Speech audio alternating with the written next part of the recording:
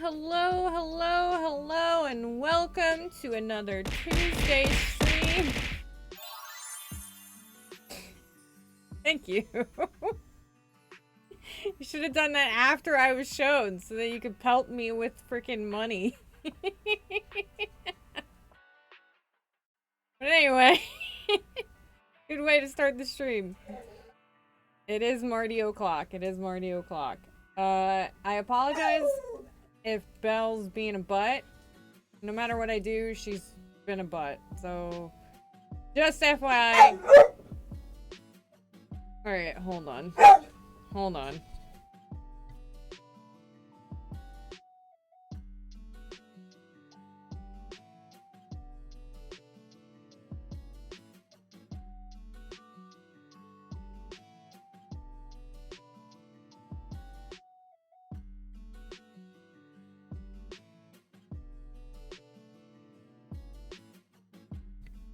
Okay. Maybe we'll be a little bit better now.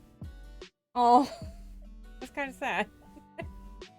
It's cute, but kind of sad. Okay. So, hopefully she chills out. I highly doubt it, but hopefully she chills out. We'll see. I don't know. Who knows?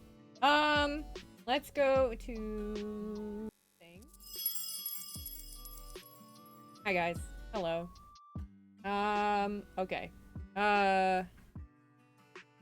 Let's get Chicken Police started up.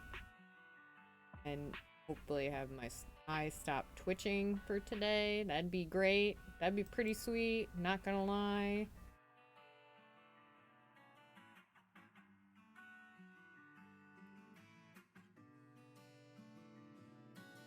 You know, it'd also be pretty sweet if stuff stopped lagging.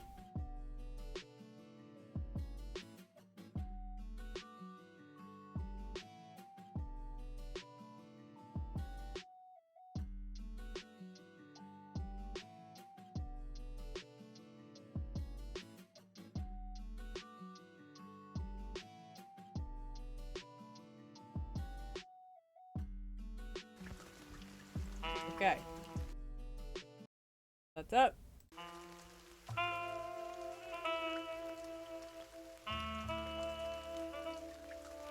Alright. Let me see if the audio kept what I had it kept at before I start, because, you know, that's how it goes. Okay, cool. Alright! Let's continue. We could only hope we'd arrived in time. If they'd taken Zip to the interrogation room, the hole as we called it, and beaten the truth out of him, we'd lose the trail and end up in a dead end. It was time to be fast and ruthless. God damn it, Zip. Why couldn't you stay out of this? God damn it, Zip. Ah, look who's here. The top of the cops.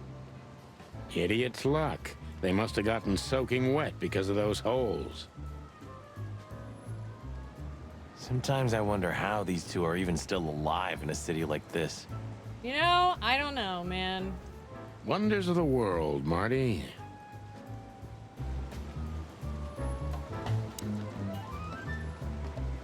Hey, guys. Beautiful night, huh? Maybe a little wet, but, Well, to be honest, I'm soaked to the bone. Maybe the spikes. Shut the fuck up, Royce. And you, didn't you have anything better to do? Eh? Better than this? Nah, nothing. We love clowns.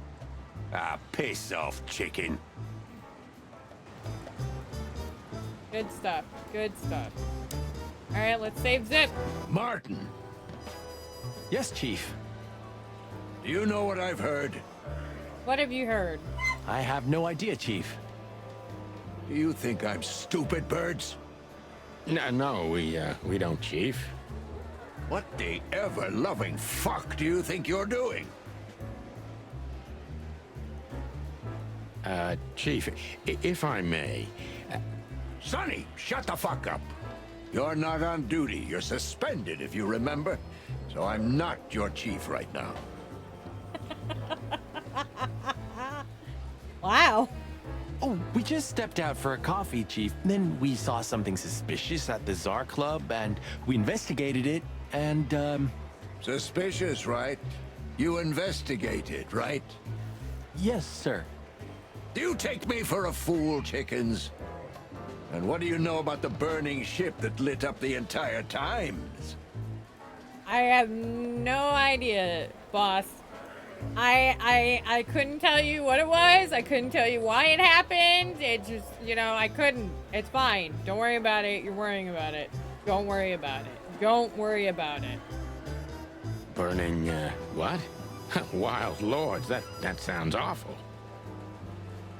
Don't play innocent with me, Santino. You both stink like you're in deep, deep shit. I mean...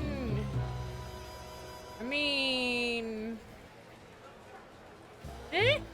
Well, you don't think we had anything to do with that, do you? I don't know. But if you do, I will find out. You better know that. Mm-hmm. I swear, Chief.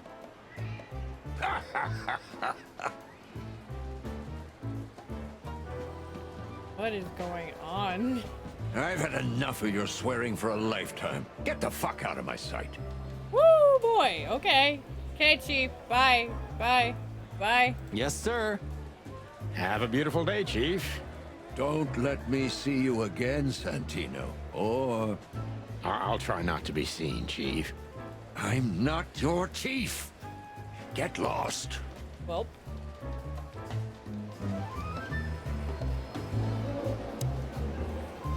Zip H. Murphy. Do you believe he's really that scared? Or is it just an act? I don't know. He could actually be that scared. Zip's a good actor, but he's not that good. If Wessler's henchmen are after him, he has good reason to be afraid. Right. Don't drink that shit, Marty. It's bad for your health. Sonny, you're bad for my health.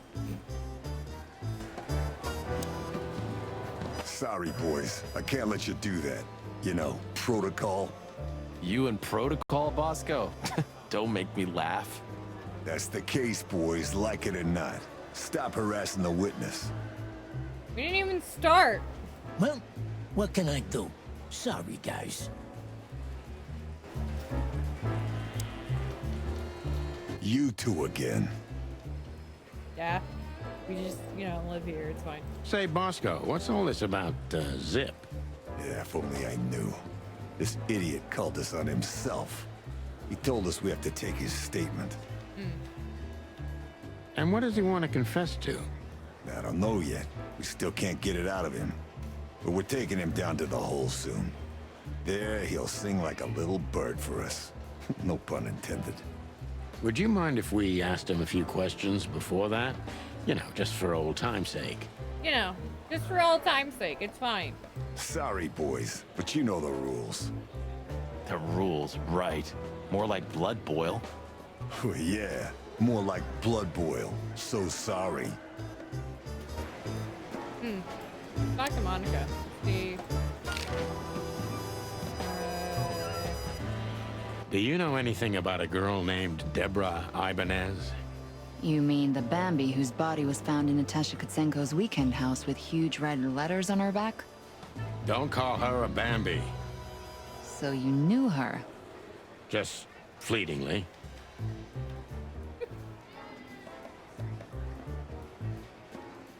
Anyway, I don't even want to know. I don't know much about her. Moses and Plato are on that case. Thanks for the intel, Mon. Anything else worth mentioning? You were at the scene, right? We? Of course not. Sonny, you can't lie to me. You just can't. Is this some kind of interrogation? Just leave us alone, Monica. You're an open book for me, Sonny. Remember that. Guess who we had the chance to meet? Madame Zavas, the legend herself. Oh my god, my eye. My eye.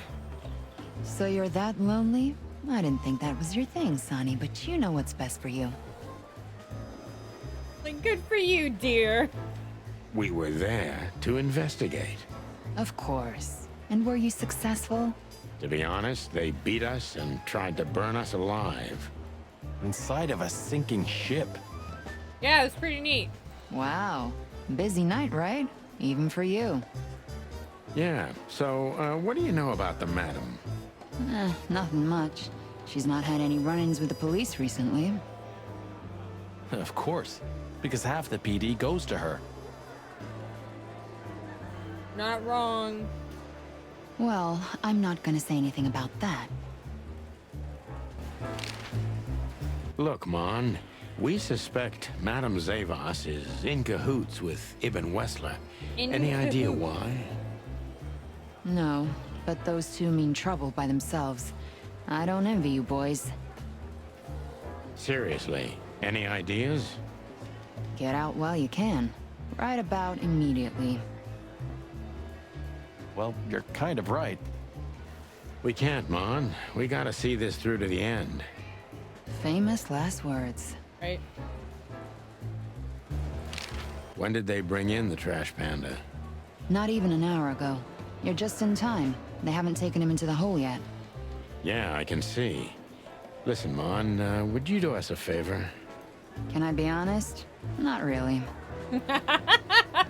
Love it. Oh, just a small thing. For old time's sake. Me and my big heart. So, what do you want? Call Bosco over here for some reason, okay? So that we can have a quick talk with Zip. Okay, I guess I can do that. But you owe me one. We'll thank you somehow, I promise. No, no promises this time. Shoes. Shoes? Size 35, high heels, black. Yes, ma'am.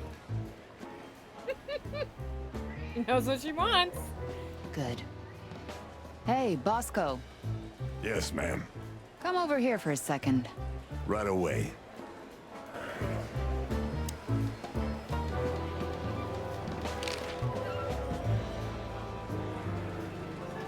Bubo doesn't have a high opinion of you, Zip. How do you know him? You see these stitches? His weight. All of them.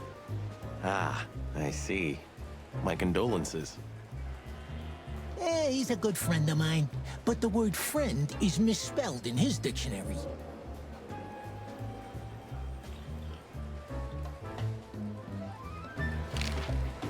What do you think about this paper? I've seen better, sonny boy. But that's not paper. Do you know what it is?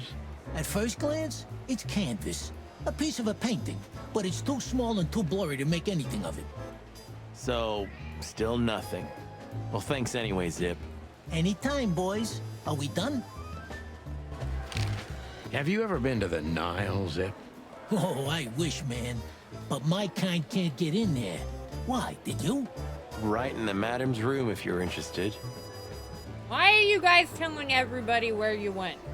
Like, I feel like that's bad, like, police work and whatnot. I'm just gonna say. Oh, so that's why you look like that. Bingo. Did you know that the place has ties to the Wessler Empire? That place has ties to everything and everyone in Clawville, boys. Even to the royal family. I'll bet my tail on it. So, we were just about to listen to some sweet music when, Didn't that damn jukebox break all of a sudden? Yeah, just damn shame. Just exploded on its own.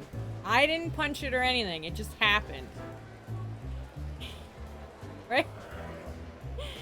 Makes no sense why they do that. Oh, damn it.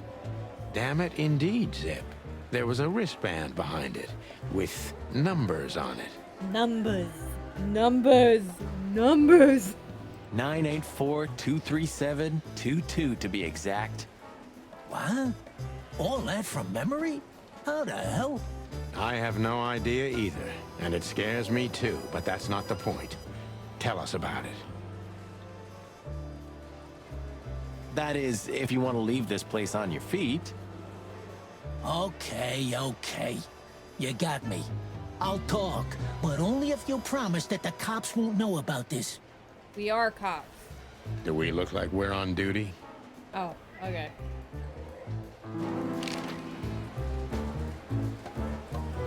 Alright. Let's question him. Zip is a real opportunist. He's trying to turn everything to his advantage, but we're gonna turn the tables.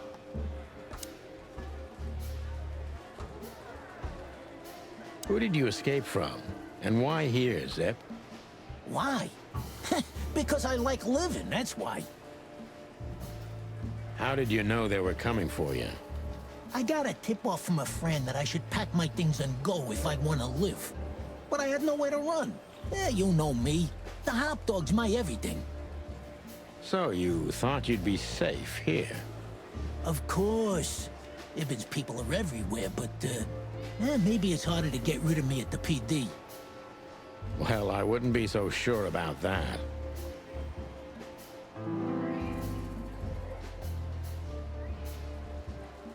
Those two meatheads called you a rat.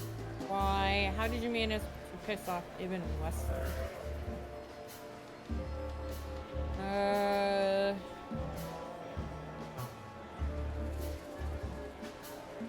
How did you manage to piss off Ibn Wessler? I don't know, all right? I don't have time for this. Sing like a bird, or I can't guarantee your safety. I did something for him, that's all, okay? A tiny little favor. You know how it goes, Sonny. Animals like Wessler make a living out of these kinds of favors. Did you see he was shaking? Tiny little favor, eh? Wessler's kind don't send assassins after someone for tiny little favors. Also that. You have no idea what's going on in his head nowadays, pal. Fella's gone totally insane.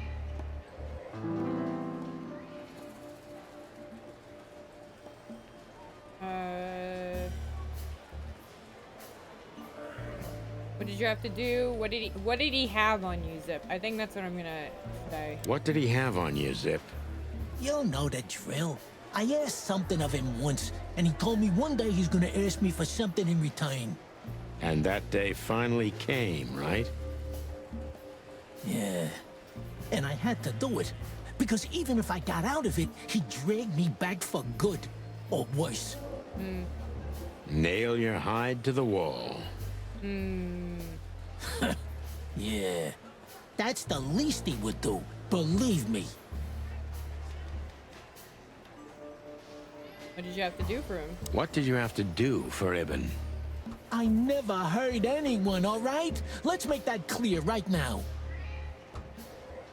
Okay. I never said you did. I just had to get rid of a package for the boss. That was the job. Quick, clean, simple, right? Yeah? What kind of package? A very heavy one. Dead bodies are kinda heavy, Zip. How did you know it was a dead body? I didn't. I was bluffing, but thanks for the answer. You lousy chicken. Zip's a secretive little specimen, but knowing his past, it's no surprise. I must take advantage of this and trap him with it.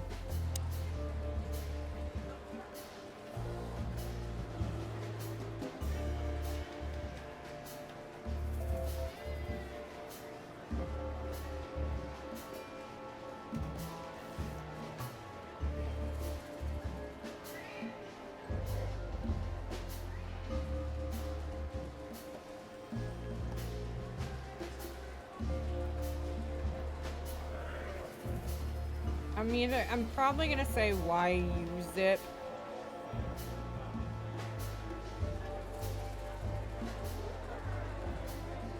Yeah. Why you, Zip? Ibn has many loyal henchmen for these kinds of jobs. Because, it's harder to trace back to him, I guess. He chose you out of the whole city for this particular job. Why? Yeah. He needed someone who knows the hive well.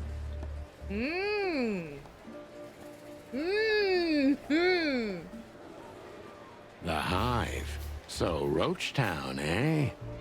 Why? Because I had to get rid of the package there. Why there? You mean the body? It's starting to get interesting. If they let you out, what do you think will happen? If they let you out, what do you think will happen? I don't know, okay? Maybe it was a stupid idea coming here, but this was my best stupid idea. Maybe I'll win a few days with it. Or a few hours, more likely. Yeah. If you help us, maybe we can cover this whole mess up. You mean you can be bought, Sonny? What a time to be alive. The unbribable Santino Featherland. I'm suspended, Zip, and I'm talking chicken to raccoon. True. Oh, I see. You're a foul. Look at that detective meter, though.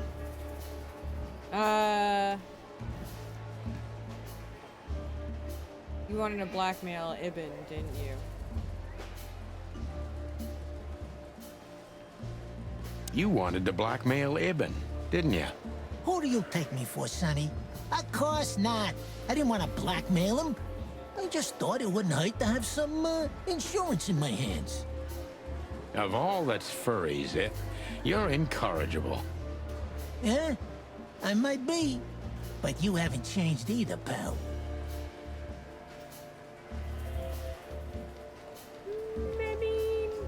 I mean... Oh, God. This gambit could cost you your life, Zip. By the look of you, yours is too, chicken.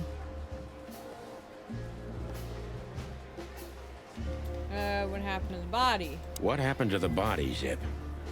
I don't know, Sonny. All I had to do was drop it in an abandoned part of the hive. Where starvation's most prevalent, I guess. Where insects fight for their survival, right? I couldn't have found a better way to get rid of a corpse myself. All that fresh meat must have been gone in a matter of minutes. Fuck, I don't know. I didn't stick around to see what happened. You make me sick, Zip. You would have done exactly the same thing in my situation. Anyone would have. I got the order, I did what I had to. I wanted to survive. I kind of don't blame him. That's Ibn for you. Blackmail. Yeah, something like that.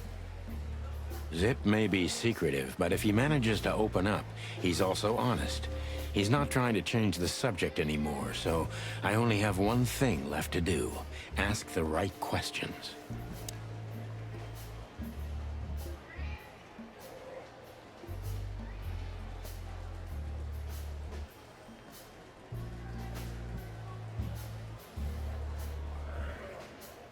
So, he wanted to blame it all on the insects. Why would he do that? They're easy prey. Yeah, I get it. Insanely simple, Sonny. Ibn Wessler's not the only one who takes advantage of the tensions, you know. It's the easiest method of sweeping things under the rug. Yeah. I've heard that Wessler's trying to break into the substitute meat industry. Surprised? What do you think will happen if Wessler saves Roachtown from starvation with a new, cheap, and accessible faux meat product, eh? Boom! He's gonna be a hero. And maybe he'll get voted into the Council of 12. Clucking hell. I'm asking you for the last time. What's with the wristband? I honestly have no idea, Sonny. It simply fell out of the bag when I threw it down in the alley. At first, I wanted to leave it there, but then, well, you know me, huh? And that's the whole story? That's the whole story. At first, I thought it was some kind of, code. But on a wristband, it's usually an ID number instead. Usually. Like on prisoners? Exactly. But I know from experience that prisoners don't get bands like this. Not in Clawville. It looks more like something from a hospital. Maybe you're right, Zip. While we're at it, was it Dr. Bubo who gave you the tip-off to get out of the hot dog? Yeah, it was. Why? Thanks, Zip. You've helped us put some vital pieces into place. Well, that's great. Hey, then help me, Sonny. I don't want to rot in here or end up in the alley of the hive. We'll see what we can do. You gotta help me. Be glad I'm not charging you as an accomplice to murder here and now.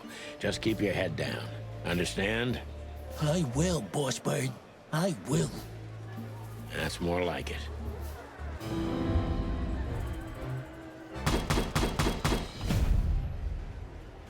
Damn. First man comes from the corpse. Zip had to hide in the hive on Wessler's orders. So you're telling me you have no idea what this is? It's a wristband. I see the same thing as you. This was the only thing left of the dead body. And me, you know me, they don't call me Sticky Fingers for nothing. So you just took it. Maybe for some blackmailing? We already went over this. It wasn't for blackmailing, apparently. Who knows? Maybe it just hurt my sense of justice. I wanted to know who I buried. You're a real bastard, Zip. A real first-grade bastard. Should I say thanks? Thanks. Just lay low, Zip. Real low. Thanks for the advice, Sonny. So where to next? Where did that wristband come from? Yeah. I got bad news, Marty. I only know one person who knows about medical stuff. Ubo. Oh, no. We were just there. I mean, he knows his shit, apparently. I don't know.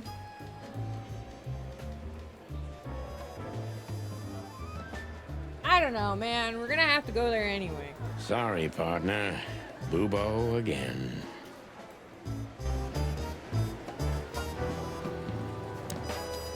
Alright, so we got new clues.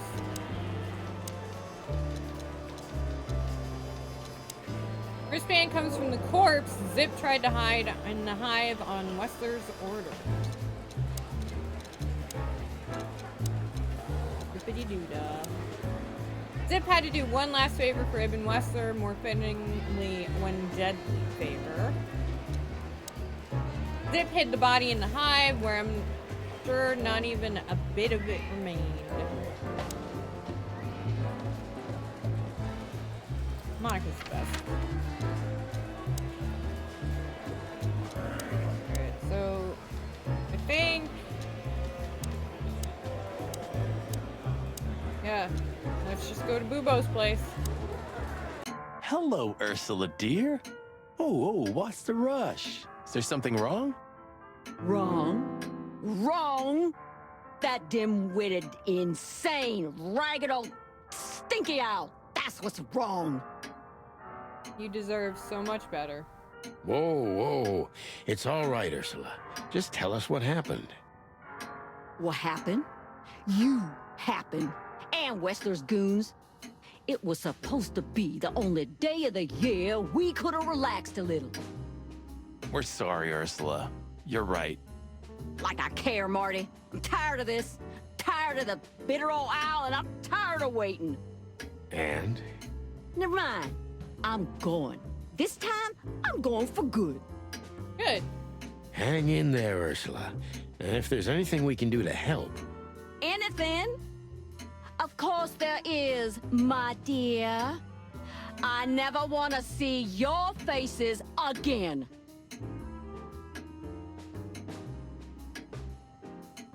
Okay.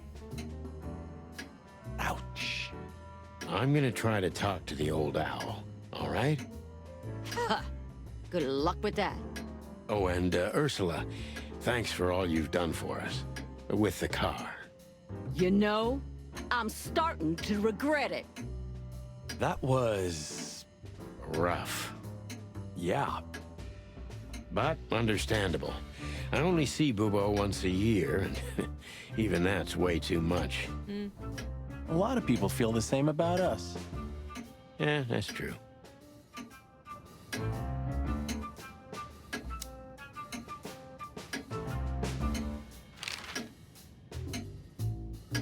Say, Boobo, about Ursula. What about her? Well, that's just it. What if she's not coming back? I'm a little worried about you, Doc. And you know that's not my style. Well, don't worry, boys. The wind's blowing, the sun's shining. And Ursula always comes back. Exactly. There are things in the universe that are unchangeable. Touching, but you should be prepared for the worst. I thought Molly was coming back too, you know. Oh, yeah. I trust Ursula, Sonny. What else can I do? Yeah. Well, to be honest, that's all you can do. What do you know about this wristband, Bubo? Zip said they gave these to patients in hospitals. That's why we came back to you. Something similar, yes, but not exactly the same. It's different. And? And what? Well, what do you think?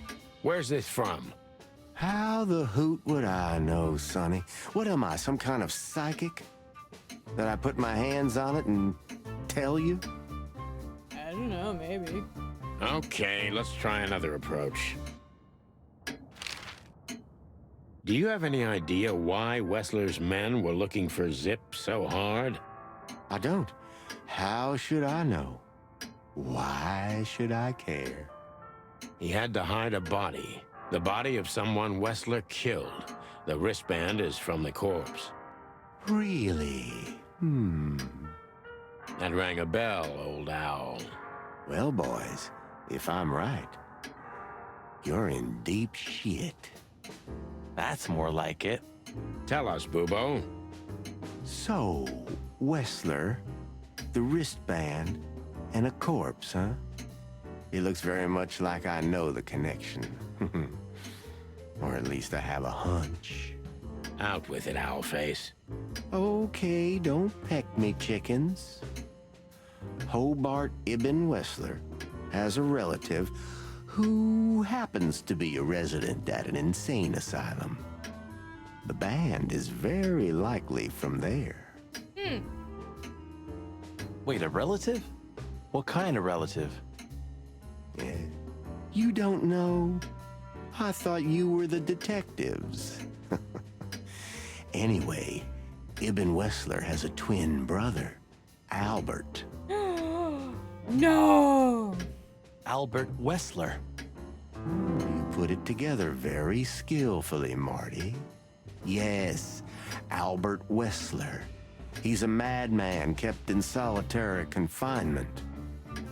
Do you think he's the corpse? But why? How the hell should I know that? Thanks, Bubo. If what you told us is true, then this time we'll owe you one. Will wonders never cease? So, Albert Wessler.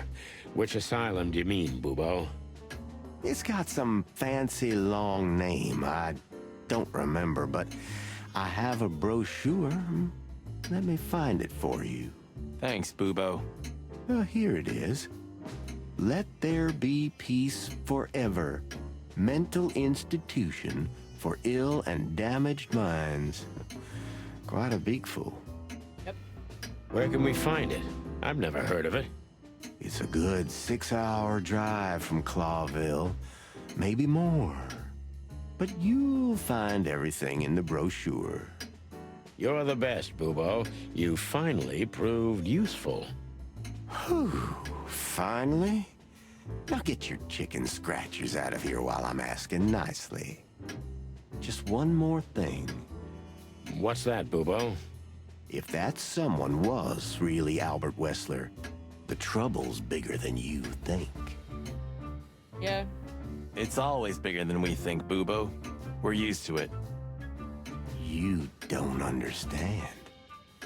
Ibn Wessler never loved and respected anyone in his life like he did his brother Albert.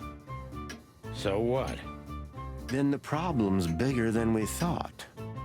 A cornered rat bites. Does indeed. It does indeed. Well, thanks for worrying about us, Doc. But there's no way back from here. Too far, too late. We're like hounds, old man. Once we've caught someone's leg, we never let it go. Not while you're alive, eh? Yeah, exactly. Well, goodbye then, fellas.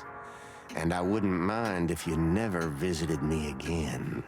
The pleasure was all ours, Doc.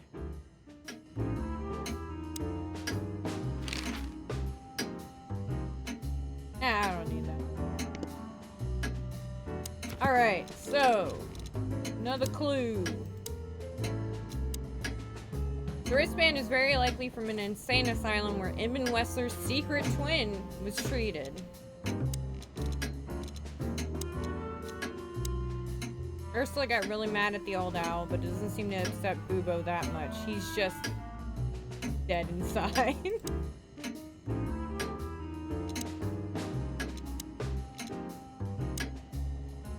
Albert Thaddeus Wessler. Species rat. Gender male.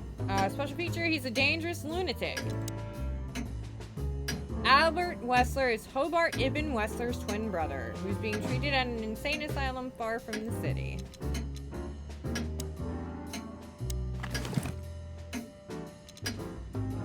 You're the best, Bubo. You finally proved useful.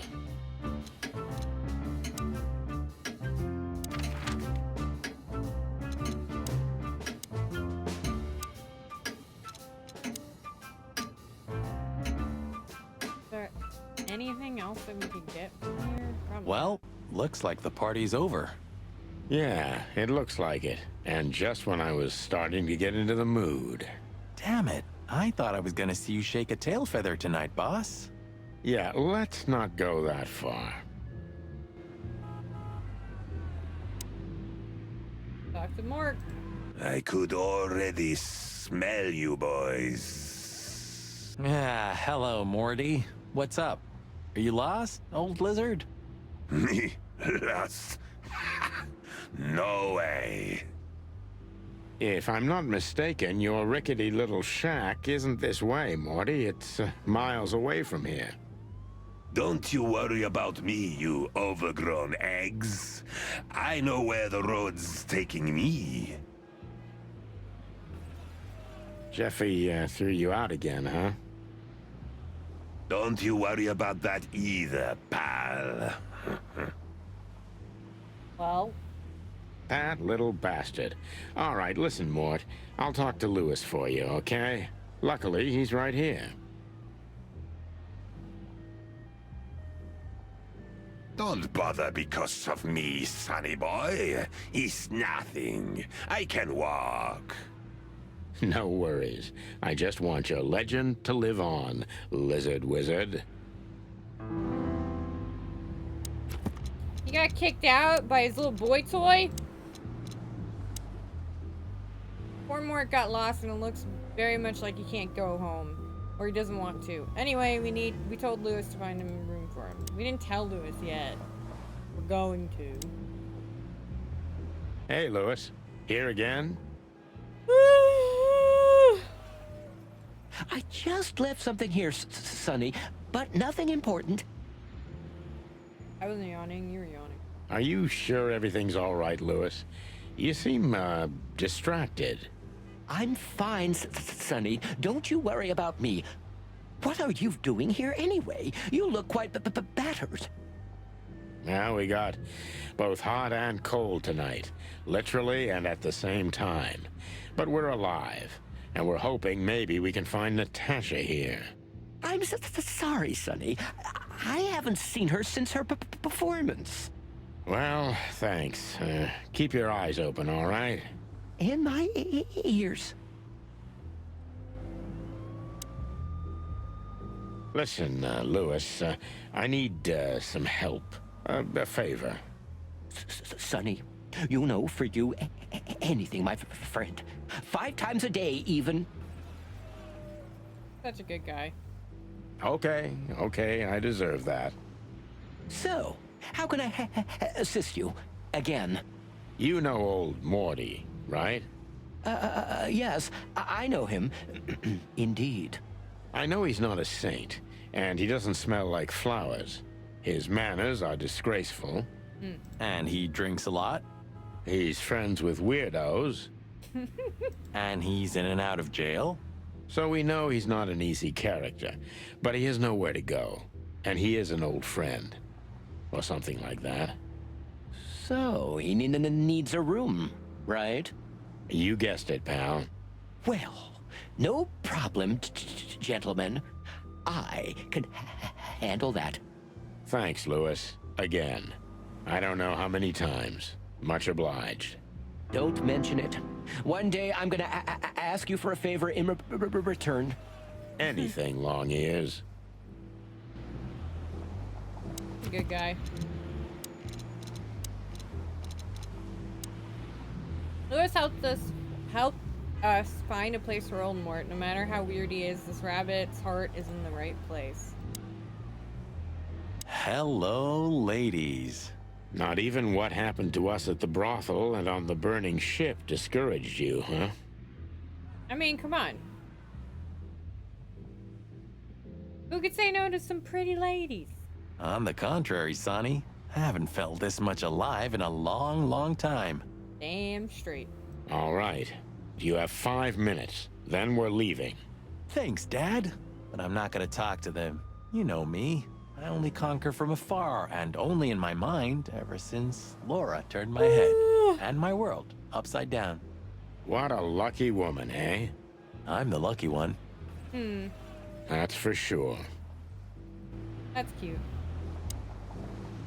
You can bunk at the Atlas with Lewis for a while, Mort, but only on one condition. Tell me, sonny boy, anything. Leave that little chihuahua, or we'll have to pay him a visit and strangle the little rat. Oh, and finally, visit the hospice, okay? They're gonna help you there. Okay. You convinced me, Birdie. I'll do it. Yay! Both? Both. Just leave me alone, okay? Take care, lizard wizard. Yes. You too. Hell yeah. I don't think there's anything else new that I can get. Wonder...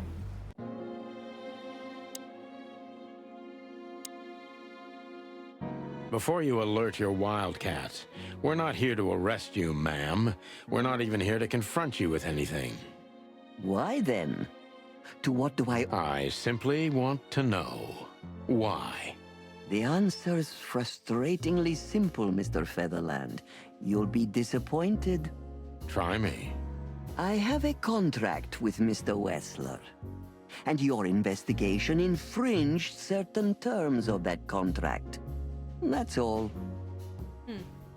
Contract, huh? Is Natasha the subject of this contract? You sold her to Ibn Wessler, right? Yeah, big lady. That assumption is offensive. It is offensive, Sonny. So? I'm not going to answer that, Mr. Featherland. No. I knew it.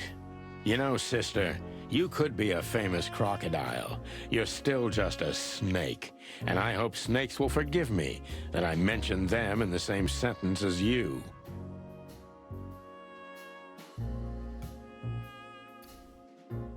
I don't even know how to respond to that comment. I'm truly sorry you feel that way, Detective. Maybe one day your opinion will change. Alright, so I think that's that. We'll go to Mullen, see what he says real quick. No, he's got nothing new. Alright. Let's go to the hotel. We had to gather ourselves, take a deep breath, and think over what we knew so far. What the chickens had I got myself into? What had I dragged Marty into? Moreover, what had we pulled the whole city into? This was going to be one of those cases that changed things forever. But I wasn't worried about myself. It didn't matter to me. Too many pieces had been plucked off this old rooster. But Marty's different. He's too good of a bird and too good of a cop to end up like me. A secret twin brother? Sonny, I'm starting to feel like we're really in a detective novel. A cheap one. Yeah, but, listen, Marty. What is it, Boss Bird? I think it's best if we go our separate ways. What? Are you joking? I know you have a weak sense of humor, but there's a limit to everything. I'm not joking, Marty. Well, I certainly hope you are. Whatever comes next, you don't need to be mixed up in it. You have someone to go home to. God damn it, Sonny. Can you hear yourself? What do you think? I endured all this to give up now? What do you take me for? No, pal. You're not getting rid of me so easily. I just want you to keep your career and your life intact, you moron. Just accept it, shake my hand, and go home. Your wife, Laura's waiting for you. Trying to be sweet so he stays safe. Oh, that kills me. One more word, Sonny, and I swear I'm gonna bash your beak in. I risked my life more than once tonight. You know why? Why, Marty? You tell him. No. Why? Because we're a team. We have been a team for almost a decade. I don't care what Blood Boil says or whatever's on a goddamn piece of paper. We're the Chicken Police, Sonny. And we always will be. Damn straight. I'm sorry. You're right. We're gonna go to that insane asylum and wrap this shit up fast and clean. Yeah, just like you said, even if it kills us. Thanks, Marty. Without you, I'd most likely already be sleeping the big sleep. Birds of a feather flock together, right? Like you say, partner. Let's drop this before you start crying on me, okay? I'm about there. I'm about there. But I'm also a sappy bitch. I hope not. You almost just did. Cluck off, Marty. That's the spirit. The Sonny I know and hate. You guys don't hate each other. Stop it. Alright, so it's 555966. So where exactly is this place? A few hours' drive from here, in the middle of nowhere. It's a creepy old mansion, of course. You think it's a good idea to go there? What if it's a trap? I told you, you can still go back. Huh, wouldn't you love that? No such luck, boss. If I get killed or locked up forever in an insane asylum, that's gonna be on you. Thanks, pal. I deserved that. You still trust her? I never trusted her, Marty. I mean, you believe her? I'm sure she was honestly afraid. People don't fake it that easy. But I can understand why she didn't tell us about her, former profession.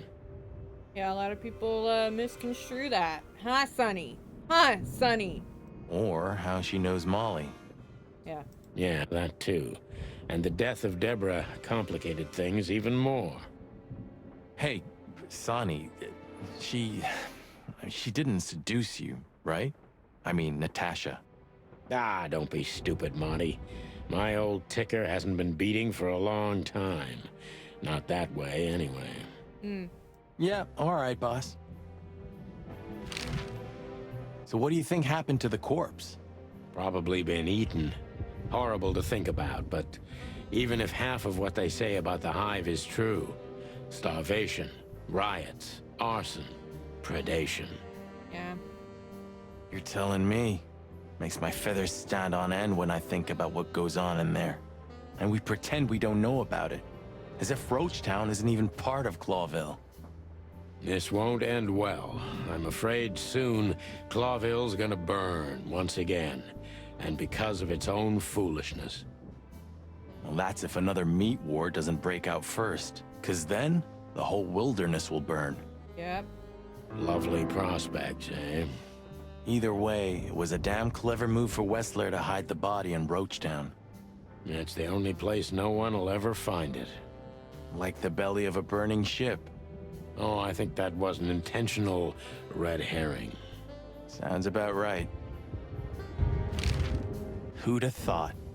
I believed that little rat. I thought he'd changed. Idiot. There's a point when it's too late to change, Marty. His past caught up with him. Whatever he did since then doesn't matter. Yeah. Not much. Exactly. And that's the case with us, too. That's why I won't back down. Even though a voice in my head is screaming right now, leave it all to hell and have another drink. Maybe we should do that.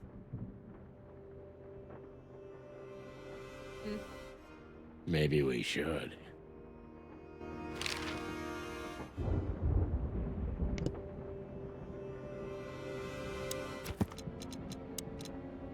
I don't think you guys should.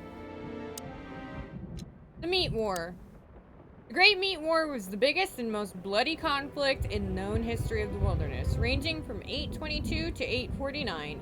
In the beginning, it only affected Altera, the two-headed continent, but in its later years, it spread to the 12 colonial provinces, including all of Clawville's 4 colonies. During the Meat War, about 80 to 90 million animals died, and after the war, 27 species were declared extinct. That's a lot. That's a lot. That's a lot more than I remember.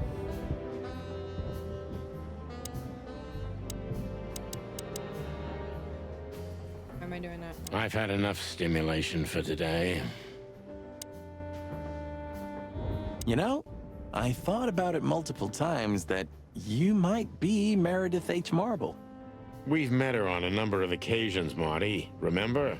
Her real name is Susie. Maybe Susie's just an actress you hired. Oh, damn. You've read too much of that cheap garbage, Marty. There's no conspiracy theory. Susie's just a money-hungry little dame who made a fortune off of us. That's all. Yeah, you're disappointing. I know. A stack of papers. Just looking at them makes me think of Monica. Alright. What's the number again? Just had it. 555966. 555966.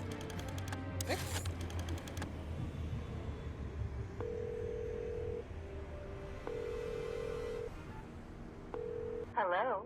You've called the Let There Be Peace Forever Mental Institution for Ill and Damaged Minds. What can I do for you, sir? Or madam? Well, I'd like to inquire about a patient who I believe is being treated at your institution. His name is Albert Wessler. I'm sorry, sir, but I can't give out that information if you don't have the password given to relatives. Do you have one? Unfortunately, I don't have that. I'm not a relative. I'm calling from the Clawville Police Department. Oh, I see. In that case, officer, I'd advise you to visit our institution personally. Our director and I would be happy to answer your questions. Thank you, miss. I guess I'll do that. We'll welcome you with open arms, sir. Have yourself a beautiful, starlit night. That doesn't sound ominous at all whatsoever. We're fine. Everything's fine. We're fine. It's all fine. We're fine. Oh, thanks.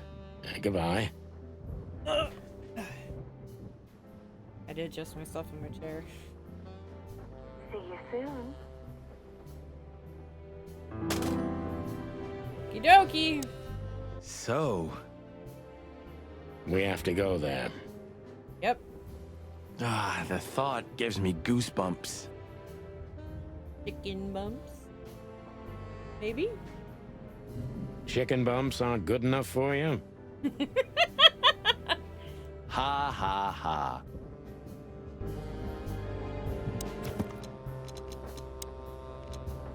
Alright. The Insane Asylum, a mental institution with a ridiculously long name and a ridiculously long history. According to the pictures, it looks just like the castle of the vampire bats in those sheep horror movies. Oh, goddamn. Alright, so...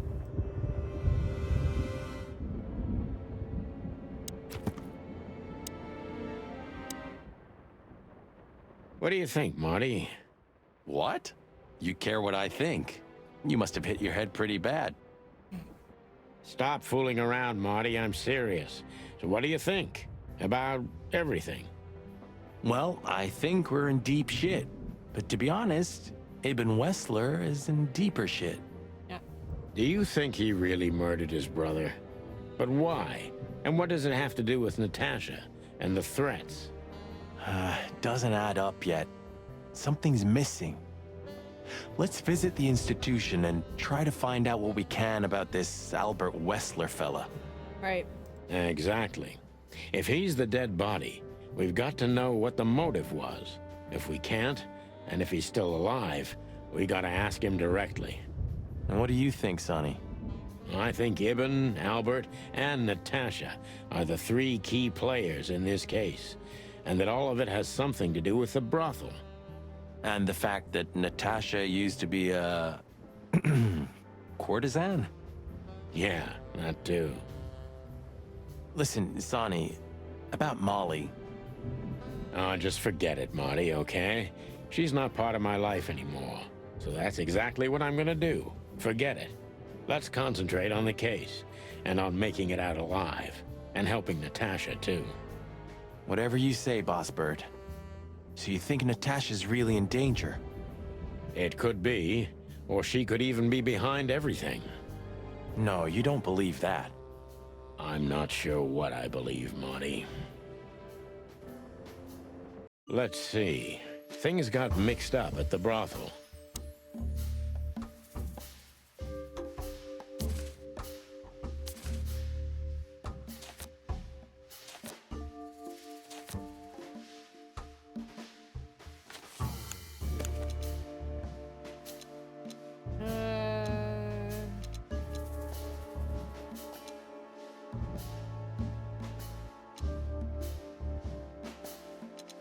Natasha was a courtesan before, and Ibn tried to keep that. Natasha used to work there, that's obvious. And Ibn wanted to keep that a secret. Okay.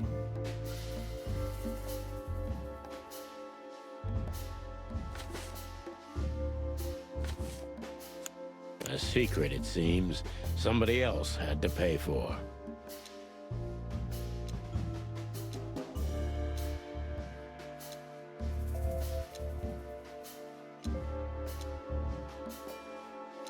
Somebody died for that secret.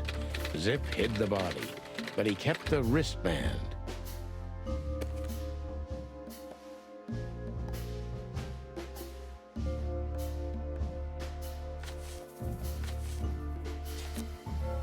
Who could it belong to?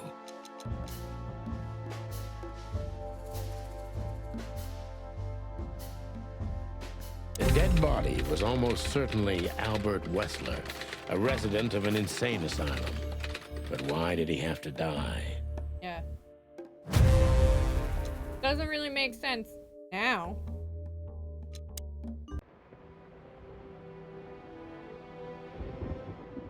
I still have nightmares about the Great Fire. Really? Were you alive then? How old are you exactly? I was 3. And maybe it's not even a true memory, just the collective memory of the city. I see the flames. I see the burning buildings. And I hear the screams. Hey, wait a minute. I thought you weren't born in Clawville. Aren't you from Averia? Exactly, Marty. We were just visiting Clawville when the fire broke out. I'm surprised you ever returned. Well, maybe that's the reason I did return, Marty. It's like when someone falls in love with their captor, you know? Somehow I feel like this is my place. No matter how much suffering it brings, Clawville's fate is intertwined with mine. Heavy stuff.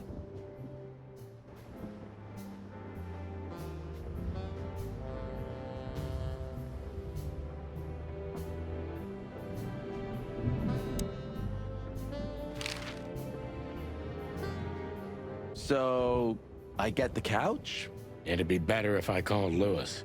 He'll open up a room for you to sleep in. Whew, great idea. What's Lewis's number again?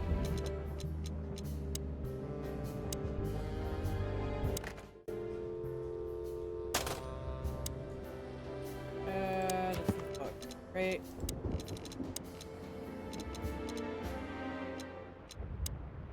FF5932.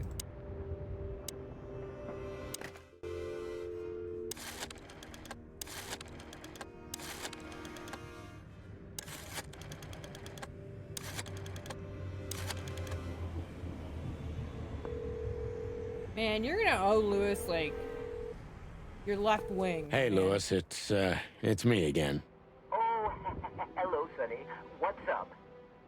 Here. Were you sleeping, pal? Me? Oh, I wasn't. Anyway, I'm always at your service. Would you open up a room for Marty? Naturally, Sonny. Thanks, Lewis. I'm not even gonna say it. I will. You owe me one. Again. Nice. Yeah.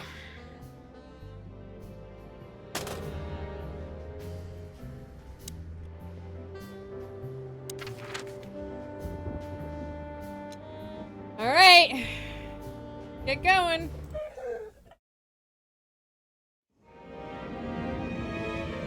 Chapter 5, Farewell, My Lovely. I slept like I used to sleep years ago. Like a miner or a soldier.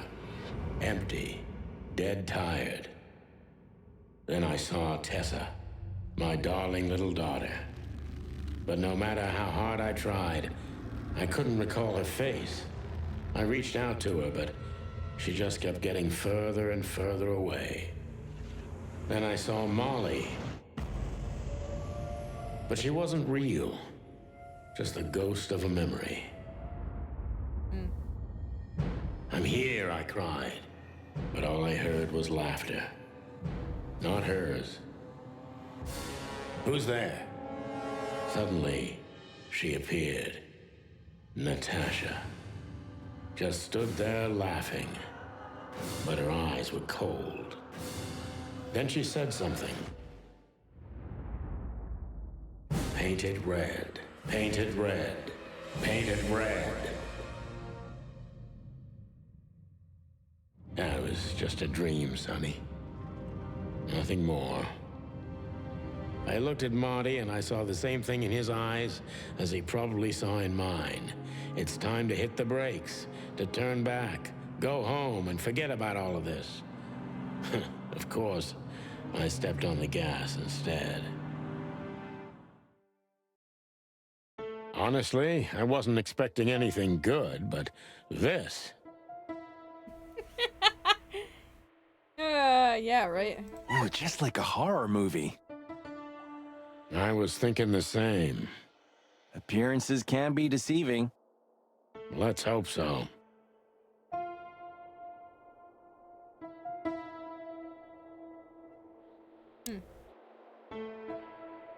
This picture... It's very... special?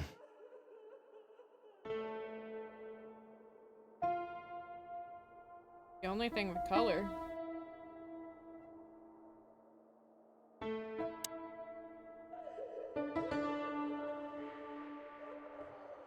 This guy seems strangely familiar to me. You don't say. You've been treated here too. That would explain a lot. Oh, don't be stupid. I'm serious. Take a closer look. No. Well? No, it can't be. Are you telling me it's him? M.B. Davis himself? I'm sure of it, pal. It seems the gossip was true. The eternal king of jazz in a madhouse. Oh, no. The poor devil.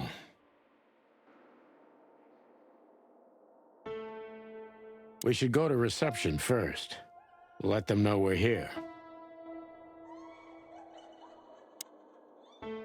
Ah, like an angel from heaven, isn't she? Marty.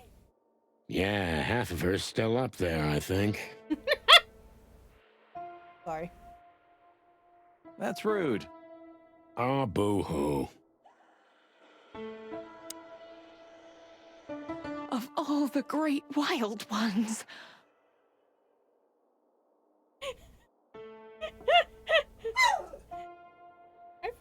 You don't even see her head when you talk to her.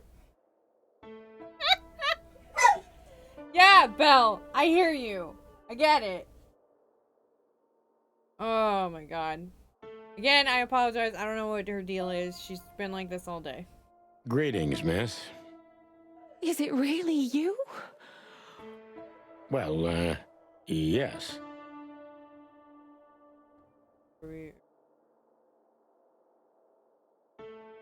Yes, it really is you. The chicken police. Yeah, it is. It is. You want an autograph, baby? I'll give you one. I'm afraid so. Of all that's furry and plumy, that's fantastic. Oh my goodness. Super fangirl over here. Miss, we'd like to ask... Please, don't be scared. I'm just really excited.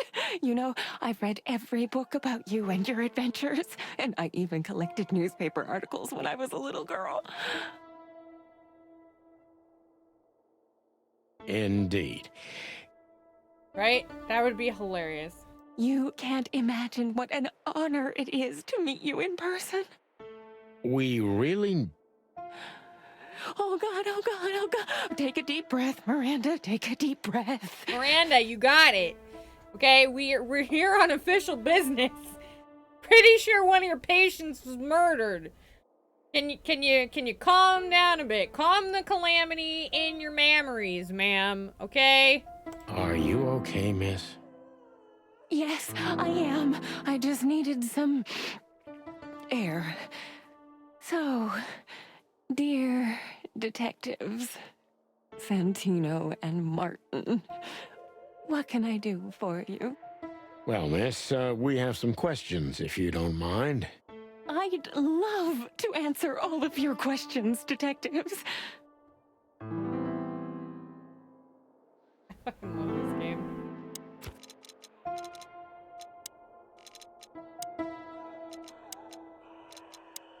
Miranda the nurse. Deceased giraffe. Gender, female. Special feature, full of life, full of hope, full of almost everything. And she is a big fan of us, unfortunately. An overly nice nurse we met at the behind the desk of the asylum. Her name is Miranda, and she's an embarrassingly huge fan of the chicken police. Right? It's so good. So good. Oh, man. Say, miss, what can you tell us about this place? Our institution was standing even before the Great Meat War, and during the war, it was transformed into a military hospital. Since then, we're relentlessly working on treating injured minds under the leadership of Dr. Quetzal, the famous specialist. The place seems pretty empty. Do many people work here? We have 32 residents and 7 nurses, including me. We also have a 3-person maintenance and cleaning staff, and, of course, the heart and soul of our institution, Dr. Quetzal himself. I see. Now, this Dr. Quetzal, is he the director here? Exactly. Director, scientist, researcher, patron, and doctor.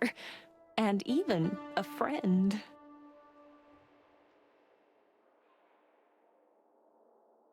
Friend. Quite a guy. He certainly is. So who is this Dr. Quetzal exactly? He's a world-famous researcher of the mind, Mr. Featherland. He published countless books in the fields of psychology and psychotherapy. Psycho... what? Unraveling the mind. It's the most crucial mission of the century, Mr. McChicken. That's really good to know.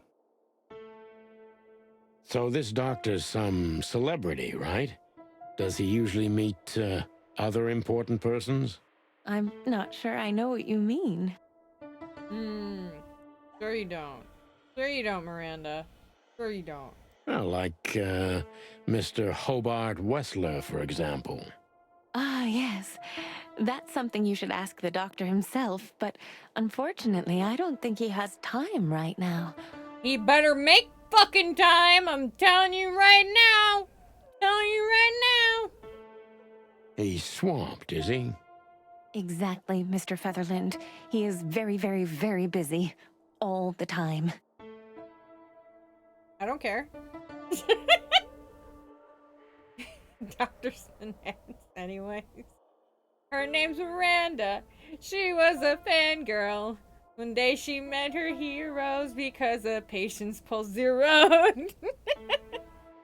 Good one. I like it. I thought so. What can you say about this, miss? Have you seen anything like it? Of course. Our residents wear these for identification. But how did you come by it? They only wear them inside the institution. Right. Oh man, it's like we're here for a reason. I don't know. If they only wear it in the institution and somehow it got out with blood on the wristband, I don't know. I mean, you know, it could be anything. Huh. I see. The wristband does belong to one of our residents, but I'm afraid I'm not allowed to tell you more due to regulations. Oh, come on, Miranda. It's us, the chicken police. Damn straight, Marty. Use that fucking charm. I'm sorry, I can't. Right. Miranda, this case is a matter of life and death. Lives are in your hands. All right. All right. I'll do it. Albert Wessler. The patient's name is Albert Thaddeus Wessler. Thank you, Miranda. Figures. Just as we thought. Thank you, Miranda. We'll never forget this. We'll mention you in our next novel, and you'll be the leading lady. Please, don't make me blush. And don't tell anyone you heard it from me. Okay, scratch that. I won't make you the leading lady of the novel then. But, you know, it's fine. You'll be the leading lady in my heart. Oh, we won't. I promise. Oh man, Marty laying it on thick there. Oh, we won't. So when can we talk to Mr. Wessler? I need to ask Dr. Quetzal. Please wait here.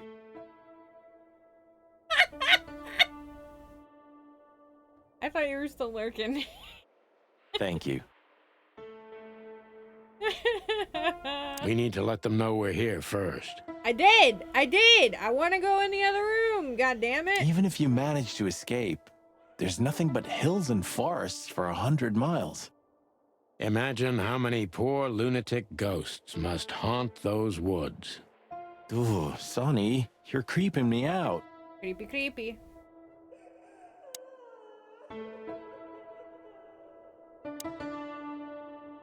Dr. Quetzal will see you. He's waiting for you in his office. Up the stairs, all the way down the hall, until the last door. What a surprise. It's enough to mention Wessler's name and all the doors are open. I wouldn't want to get mixed up in this, but do you think Albert is in danger?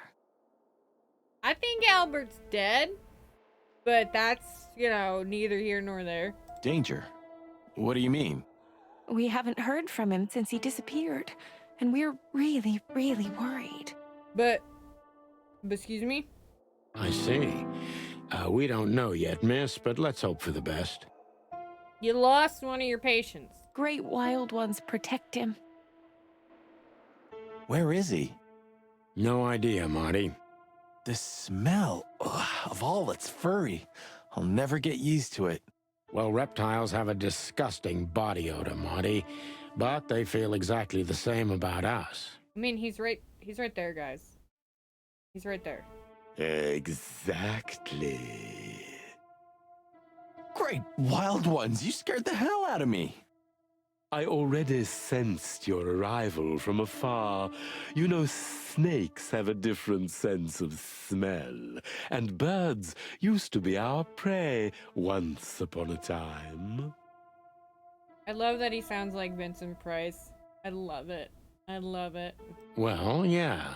Luckily, we're living in civilized times. Lucky. Please take a seat. How can I help you, gentlemen?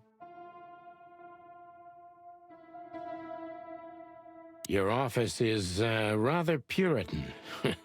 Simple, I mean. Ain't that the truth?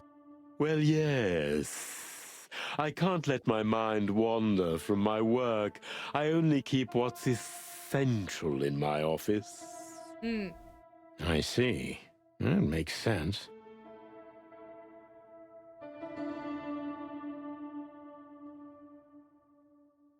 An isle of reason in a sea of insanity.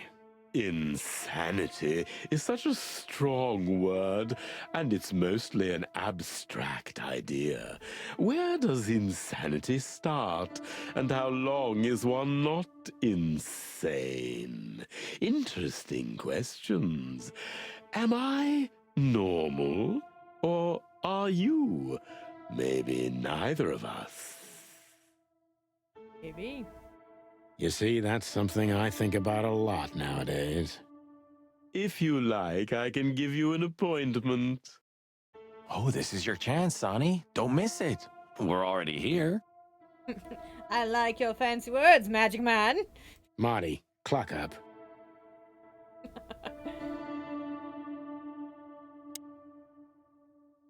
A snake.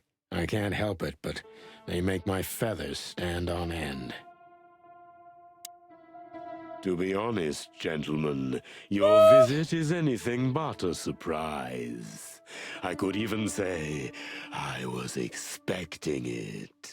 I didn't yawn. You yawned. Don't worry about it. What an introduction.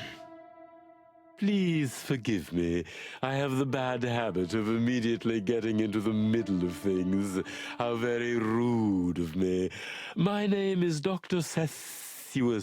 Quetzalcoatl, but most call me Dr. Quetzal to keep it simple. The name is Santino Featherland, and this is my partner, Martin McChicken, from the predatory division of the Clawville Police Department. Your fame is one step ahead of you. We're used to it. Certainly. Oh, thanks for checking your watch, dude. We have some questions about one of your patients, if you don't mind. We'd like to talk to him, if that's possible. Please be specific, Detective. Look, Doctor, we're too tired to play cat and mouse. Not that snake and chicken sounds any better. Very funny, I must say. Just what I expected from you two detectives. We know you know. It's about Albert Wessler, Ibn Wessler's secret twin. Ever since we've said his name, all the doors have miraculously opened. That's what we call a bullseye. Well, yes. Why should I deny it? We're talking about a rather illustrious patient here, who's also a very particular medical case. Now, that's much more interesting. So, are you willing to talk about him? Next answer's just like, nah. Walks away. Because Albert, regrettably, has disappeared, and you are police detectives, I have no reason not to talk to you. Of course, I'm at your service, but you must understand, I can't disclose information about my patients. Not even if it's a matter of life and death? Everything's a matter of life and death in here, Detective. This is a hospital, even if it's primarily for the mind, not the body. Still, I'd like to give the impossible a try. Please, Detective, just do your job, and I'll do mine.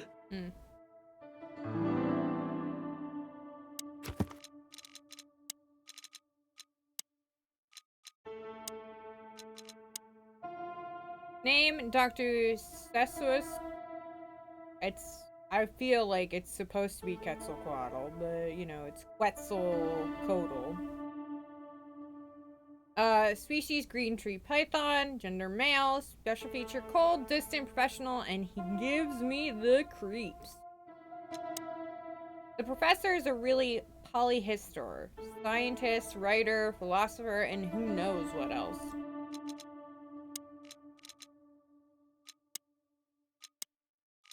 Let's see. We might have a bingo. Albert Wessler has disappeared from the asylum. Alright. How long was Albert a resident of the institution?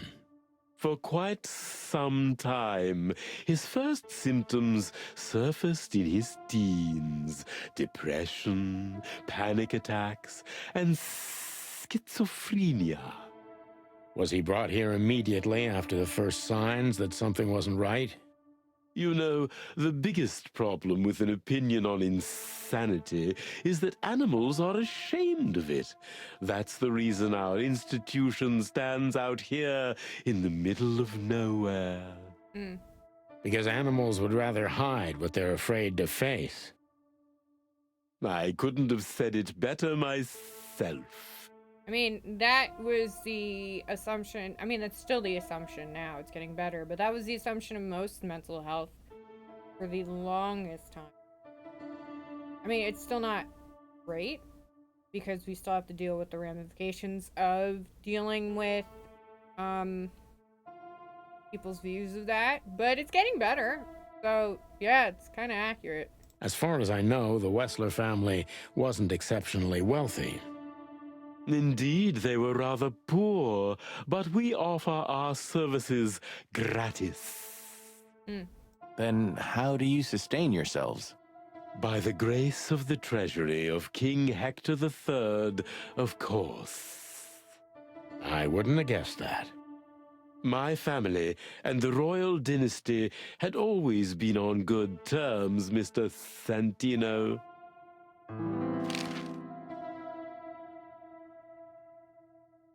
What kind of a place is this exactly? I assume it wasn't built as an insane asylum. It used to be a mansion. Construction started during the occupation in 622. Then it stood empty for almost a century, until finally it went to the crown of Cloville when Hector's great-grandfather took the throne. The rest is history. How long have you been working here? I've worked here for more than 30 years, but it's been in my family's possession for almost 150 years. So if I count correctly, as soon as it went to the crown, it was seized by your family. That's almost accurate, Mr. Featherland. What a lovely inheritance. Tell me, Doctor, do you know Madame Zavas? Just like everybody else, I've heard of her, but I never had the pleasure of meeting her in person. I'm sure she's an interesting case. Oh, you can be sure about that. I'd gladly get you two together if I had the chance. A spare cell would suit her very much. Is that so? As it turns out, she likes small, narrow, secret places. Oh, I see. What a coincidence. All right. Let me look at the codex first, and then we'll start asking questions. Professor's family has governed the mental health facility and its estate for more than 100 years. Quite a heritage, eh?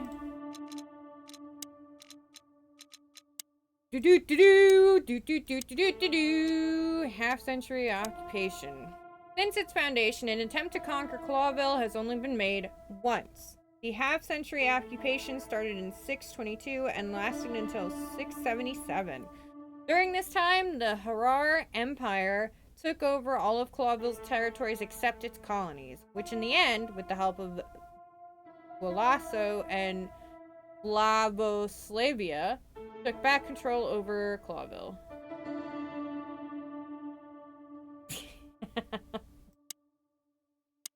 All right. Dr. Quetzal's a real mystery. But I can turn that to my advantage. I just need to focus on the strangest pieces of the puzzle. All of the pieces. All of it's strange. I'm gonna adjust myself in my seat because I'm getting uncomfortable.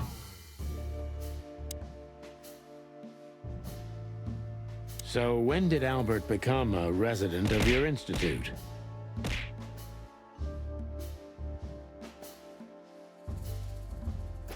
Albert and Hobart, or Ibn as you call him, arrived here almost exactly 4 years ago. Ow. Ugh. Ugh. Could you describe that day more specifically?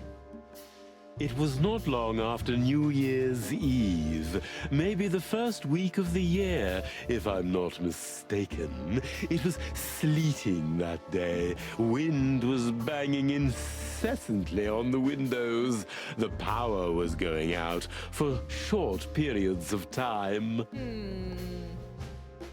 What was your first impression of them?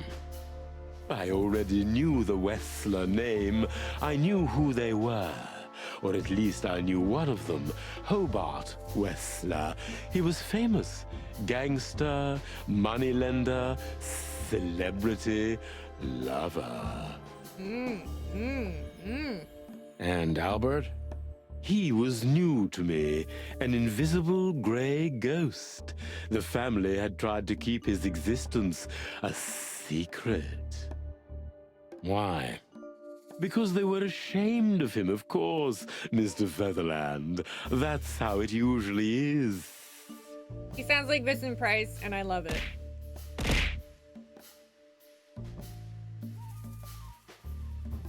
Thank you for the love. What was your first impression of him? He was silent, but observed everything that surrounded him. His eyes were constantly moving, never stopped for a second. Was he afraid? I wouldn't say so. It seemed to me that he wanted to move into our institution voluntarily. It looked as if he couldn't wait to be here. Alone, locked up in silence and darkness. Didn't you think of that as unusual? Of course I did, but who am I to judge? It was rather special treatment.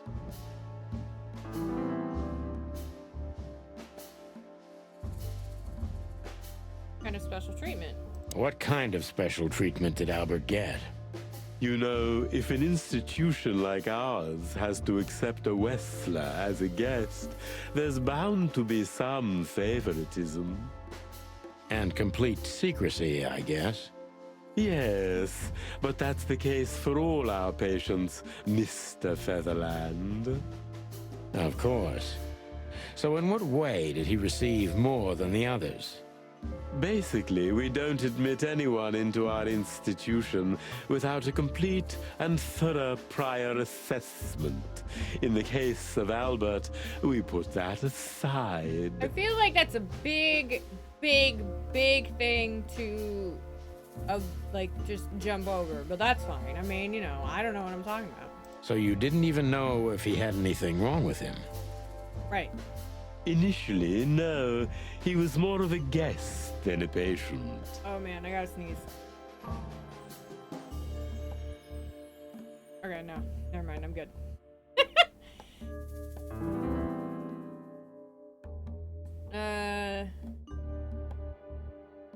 How did you see Albert when you first met? How did you see Albert when you first met? Albert was shy and reserved, like a ghost. He almost never touched anything. It was evident he was exceptionally intelligent. He measured and observed everything around him. What else? He was delicate and graceful, almost like a woman. Yes, He was rather feminine. He was an artist, Mr. Featherland, a magnificent painter, and rather good writer, too. Sometimes I even heard him sing. Artist. Why did he have to be locked up? I asked the same thing at first. Are you telling me Albert had multiple personalities? Are you telling me Albert had multiple personalities? We found out very quickly that there was no other reason for the cause of his seizures. He had a cold and calculating personality who sometimes, especially on stormy days, took the reins over their shared mind. He had these seizures from the beginning. Yes, Mr. Featherland, but they started to intensify after Albert left our institution for the first time. He did what? Left the institution? More than once? Yeah, I don't understand how you could do that. Oh, yes, Mr. Featherland. Albert left the institution on several occasions until the last time, when he failed to come back. Quetzal's not only very observant, but he's addicted to details. I must focus on that if I want to get closer to the truth. Focus. Addicted to details.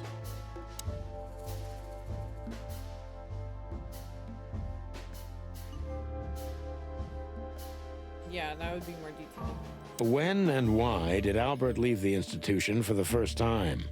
It was about 2 years ago. Mr. Hobart Wessler appeared and demanded we let his brother go free. Naturally, we obliged. We had no idea if we'd ever see him again. But you did. He returned the same day.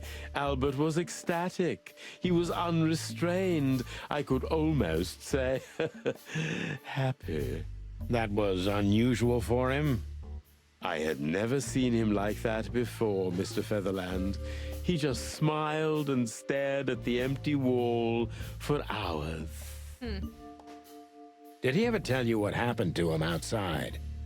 Of course he did. Albert and I had a good relationship. He was working on a painting for his brother. Was it a painting of a lovely lady cat? Oh, exactly. So you already knew about that. Yes, Dr. Quetzal, I've seen it.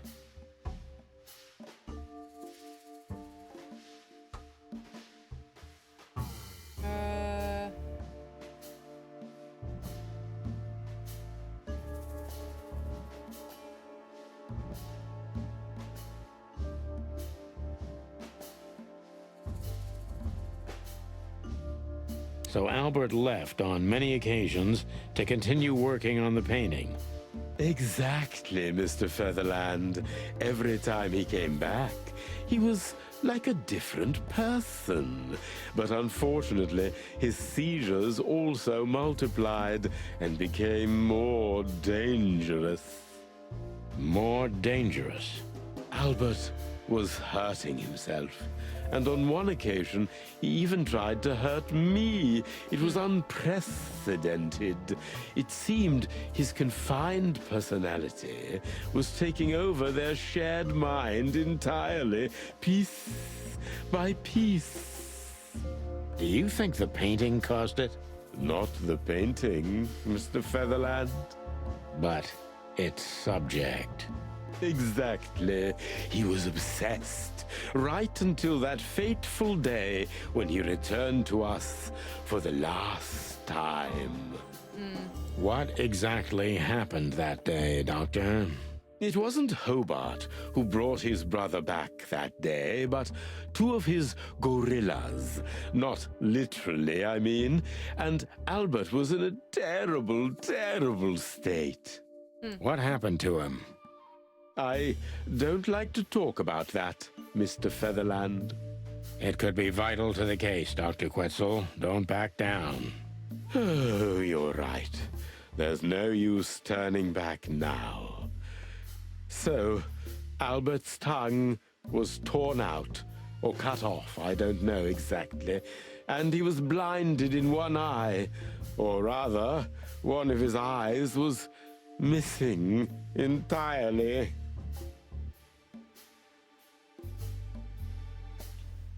Well, that's the thing. Terrible state, Pennsylvania. Wow. So you're saying Albert was brought back horribly mutilated? Jesus. Yes. And they didn't give any explanation as to what had happened. They simply told me it was some kind of accident. Dr. Quetzal is cold and professional, but he's also very confused. Maybe it's cruel, but I must exploit his vulnerability if I want to learn everything about Albert. Focus, confused.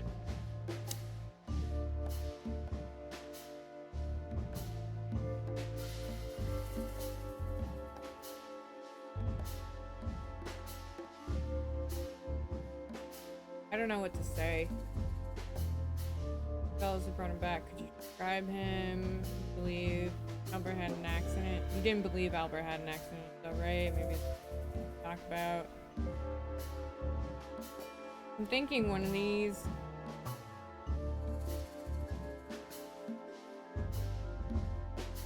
I'm gonna go with the top one.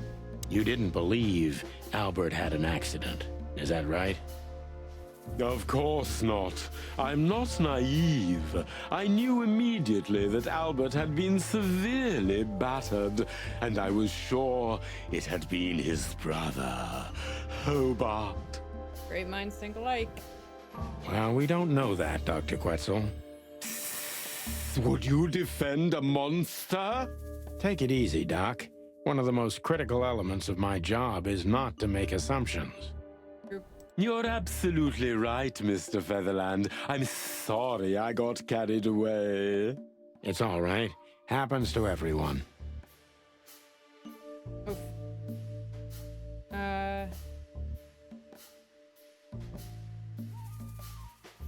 Pull yourself together, Doctor. What was Albert's condition? Concentrate, Doctor. Albert's condition. Pull yourself together, Doctor. What was Albert's condition after the incident? Mind your tone, Detective. Sorry, Doc, but I can see you're disturbed by these memories. How could I not be? I'm not a monster. We're talking about a mutilated animal here. So, what was he like after the incident? Even more silent than ever. No surprise, I suppose. He was not only silent in words, but also in his soul and spirit. Exactly, Levy. Exactly. What do you mean by that? He never painted anything again, and his seizures completely stopped. Huh, that's odd. What happened then? How did Albert disappear? A few weeks later, Hobart came to visit Albert one more time. Albert had been in terrible condition by then. We even had to transfer him to another cell, a more safe one. Right? All you gotta do... This is a joke, guys. This is a joke. Just FYI. All you gotta do is cut out your tongue and cut out your eye, and you won't have seizures anymore. That's it. That's all. It's you know, it's fine. He's not being feminine anymore. He's not painting. He's not having seizures. It's fine. You know, that's the cure. That's the cure for everything, guys. Right? A miracle. Complete change of personality. Bolo would probably agree. What did Hobart do during the visit? He didn't do anything. He just sat and watched his brother, who was in an almost vegetative state by then. Couldn't you manage to draw anything out of him? You or Hobart? Lovey, I love it. We don't talk about Volo, no, no. We don't talk about Volo. That's all I can do. Otherwise, I might get DMCA'd. Nothing. For a while, he was trying to signal something. Perhaps he was too afraid. And most likely his fingers had been broken too, so he couldn't even write. Why'd I get the bonk? Why'd I get bonked? That was rude. What was the bonk about?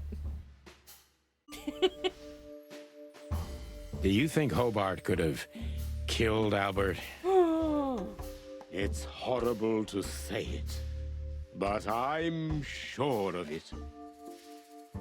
How did he disappear in the end? Did someone come for him? That's what's most eerie about it all, Mr. Featherland. He simply disappeared. His door, which only I had a key for, was open. Did anyone see anything? No one. We interrogated the staff, even the patients. He simply vanished off the face of the wilderness. We don't know what happened to him. Unfortunately, I have a hunch. Thank you, Doctor. You've been a great help. Oh, well, I'm glad I could be of help. But please, I now must attend to my work. We understand, Doctor. Thank you.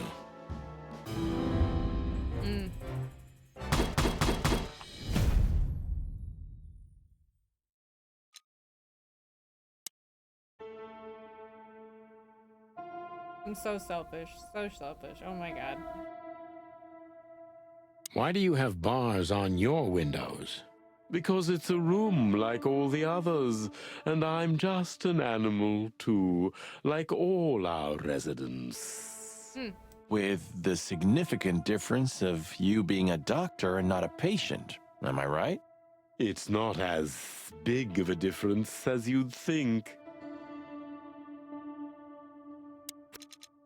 Alright, so new clue. New clue.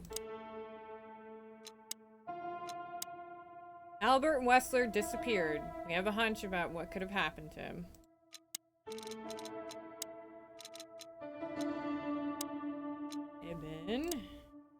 Ibn most likely killed his own brother, Albert Wessler, and made Zip dispose of the body. This seems the most plausible right now, anyway.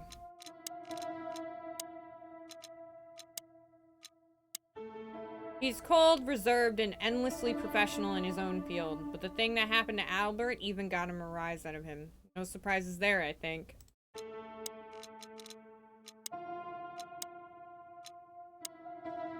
Albert's brother, Ibn, took him out of the asylum on several occasions to paint that fateful picture of Natasha. I think we have a motive, gentlemen. Okay.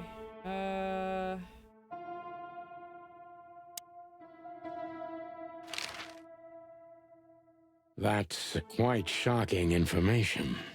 I think you understand why we kept it a secret. If it wasn't for Mr. Wessler's demand, we'd never let any of our patients walk freely outside our institution. Then the accident happened. Accident? Ha! We didn't believe it, not for a second. After Albert came back to us, horribly mutilated, he was different. Different how? If someone got one of his eyes poked out and his tongue torn out, he'd be different, but not like this. Albert was a different person. We believe you, Doctor. So, can we take a look at Albert's cell? I'd rather call it his room. Mr. Wessler lived in exceptional circumstances. Thanks to the Wessler name, I guess.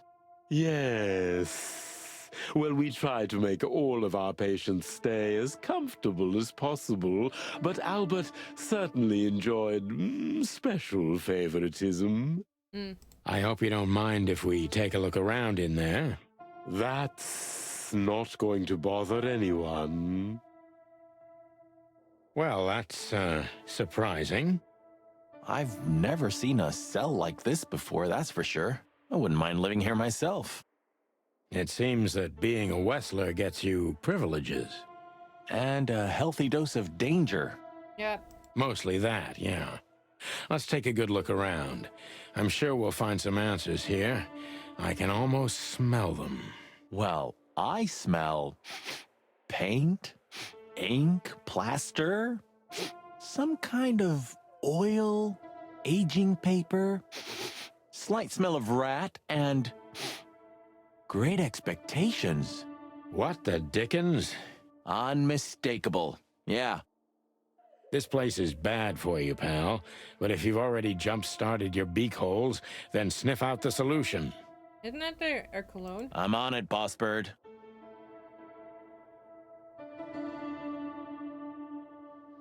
You know, I don't think he had it so bad in here. You mean apart from being separated from everyone you love in an ancient mansion filled with madmen? You're right. As always.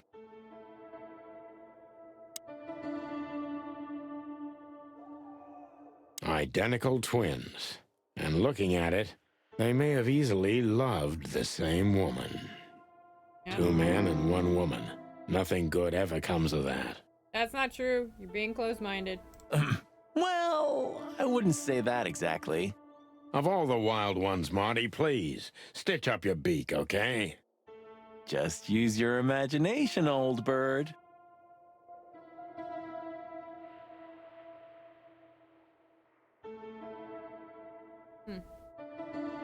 Look at that. A letter. Scribbles, newspaper articles, study papers, poems. Perfect chaos. Just like the troubled mind of a troubled fella. Yeah, but there's still a kind of order in it. It's just too intricate for you to comprehend. If you say so, boss.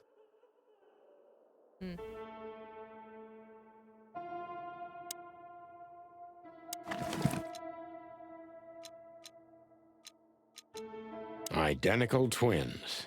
And looking at it, they may have easily loved the same woman.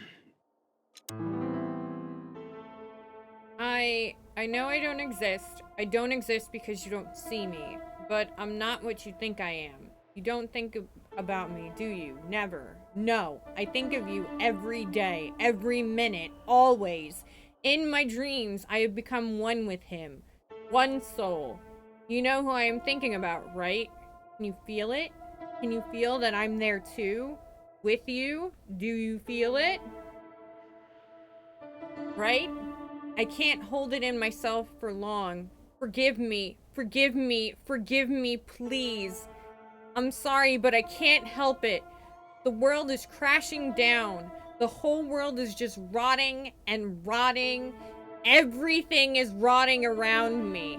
I have to get out of here to become one with my destiny and one with you. Forgive me.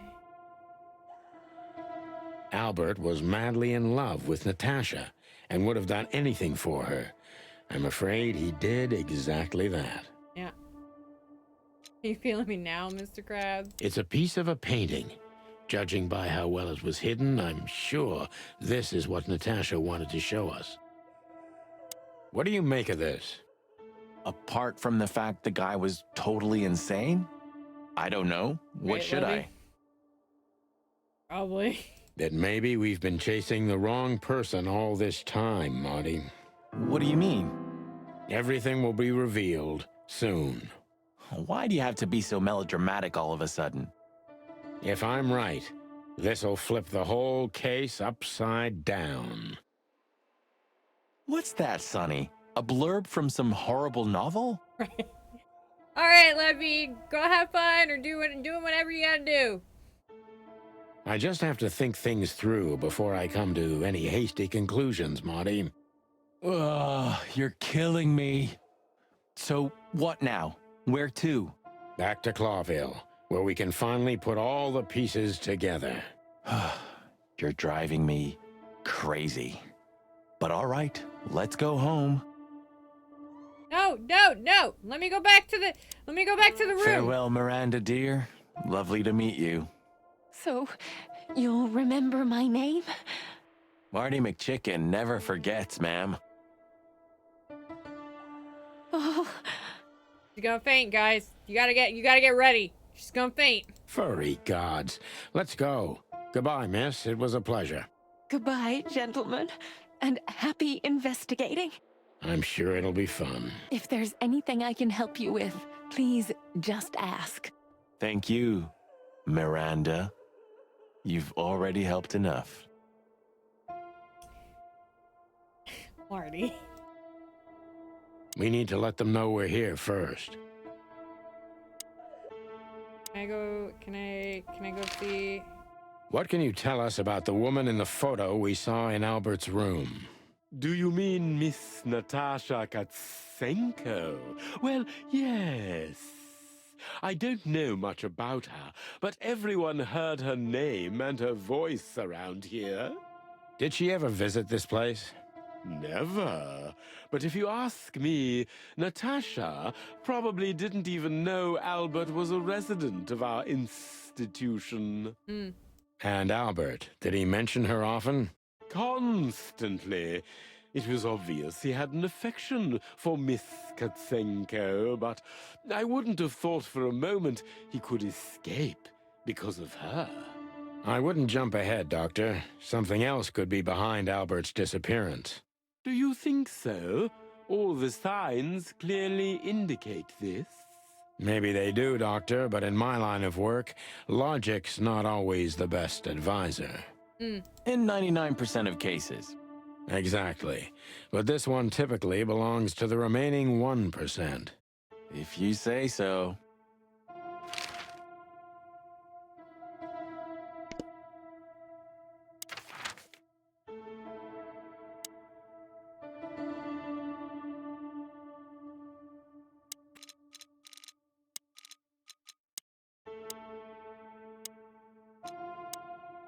Albert fell fatally in love with Natasha. Is that the reason he had to die? I wanted to see the walls, the goddamn fucking...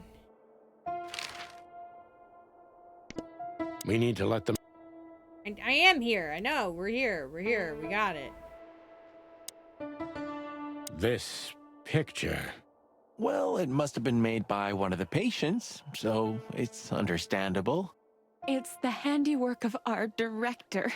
He's not only a scientist, but he's a great painter, too. I see. Well, it's lovely to have a hobby, right? That's right, Marty.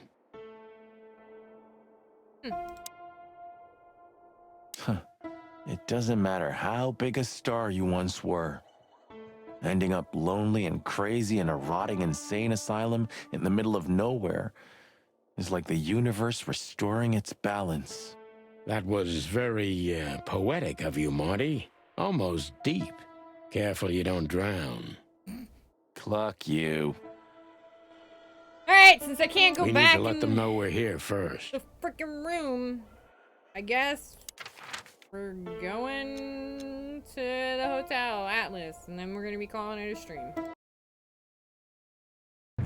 Oh, I don't believe this. Those two again? I mean, Take 'em JK. out. My car won't last much longer. Don't worry, Sonny. I was born to do this.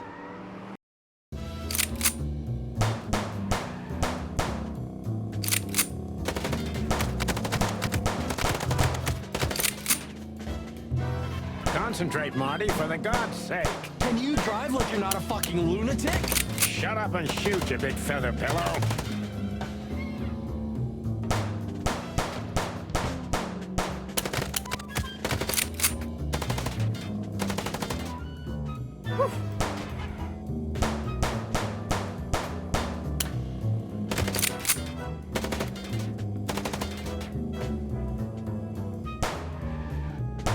you blind or what? Where did you learn to shoot?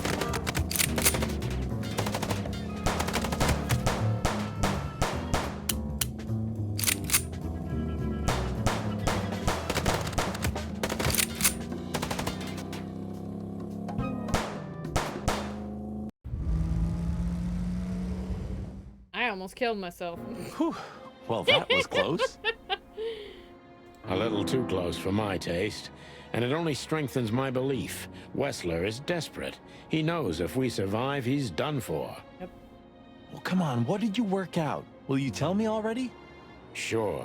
Let's put the picture together, piece by piece. Let's start from the beginning. So, we got a case.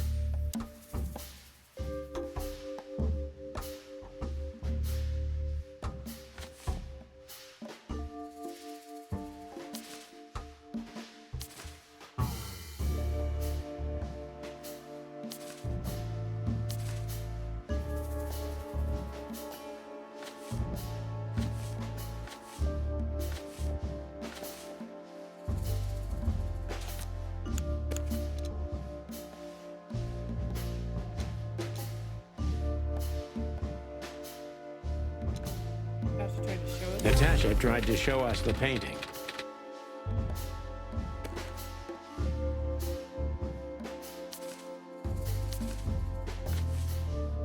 And that painting would have shown us the way.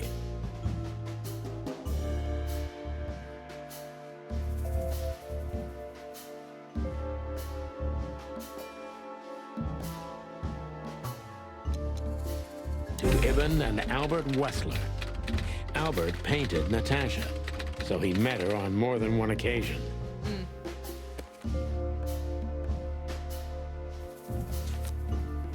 Which made Albert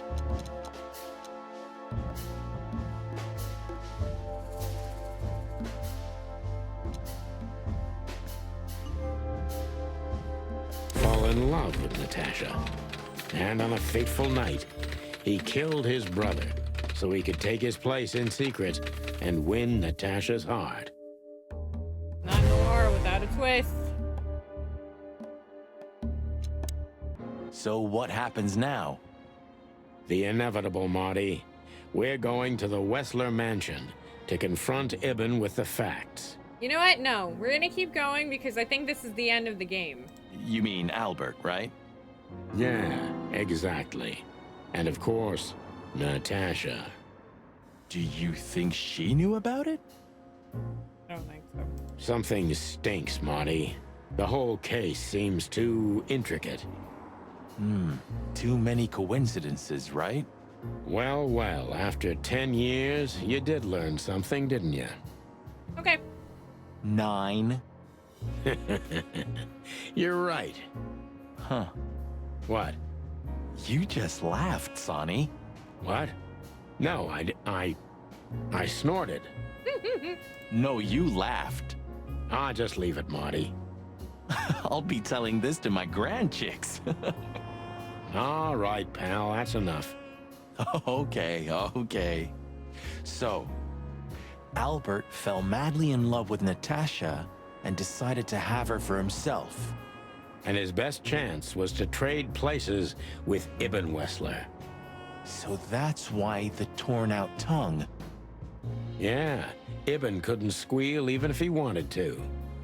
What a diabolical plan. More like insane. In the membrane. But why the messages then? Why the threats? Albert got what he wanted. He could have got away with it. Right, but he's also schizophrenic. I'm not a psychologist, Marty, but remember what the doctor told us.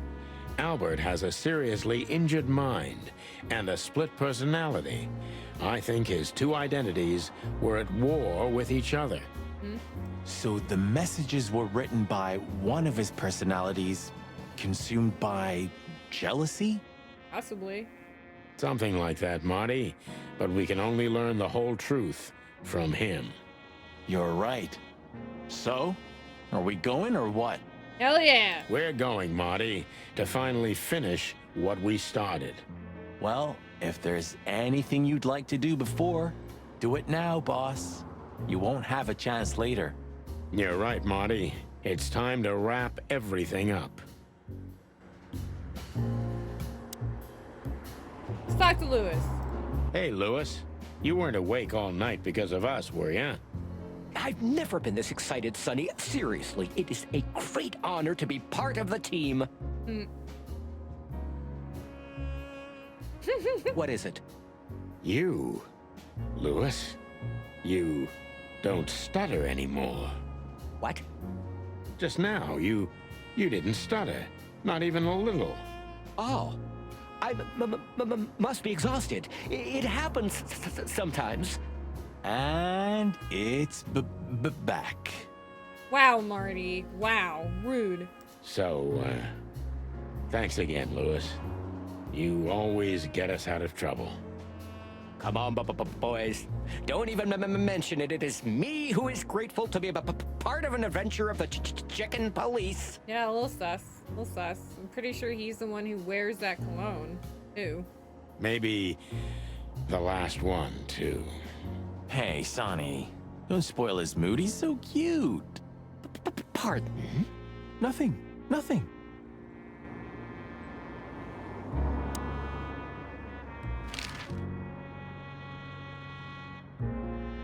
Do you think the asylum was in on it? I mean, covering up Albert's disappearance? You know that reptiles give me the creeps. One of them even set fire to that ship. But oddly enough, the doctor seemed honest to me. He seemed like a patient to me. Seriously, I thought everyone was crazy in that place. Yeah. Whoever fights monsters should see to it that in the process, he doesn't become a monster. Are you still talking about the doctor? Good question. I just realized. Ibn at the Tsar Club. Yes, Marty. Albert's been Ibn for a long time now. Do you remember what Natasha said about him? That he changed? That he's been acting strange recently? Exactly. Like, he's not himself anymore. Yeah. And was almost hitting us in the face, huh? Huh! Don't blame yourself, Marty. We couldn't have figured that out just by ourselves. The whole story's too twisted for that. Well, it's how we make our living, Sonny. And I'm sure we'll have plenty more twisted cases to come. Who knows, Marty? It's not up to us. It's mostly not up to us, in fact. Yeah. Yeah, right. So, what's the plan? We shove the letter and our theory in his face and see what happens? Yeah, that'll go great. Something like that, Marty. I think our presence will be enough for the truth to come out. I really hope you're right, Boss Bird. We have no other choice. So I hope so, too. Do you think it's a love triangle? I mean, could Natasha love Albert as well? I don't know. Good question, Marty. But I don't think so.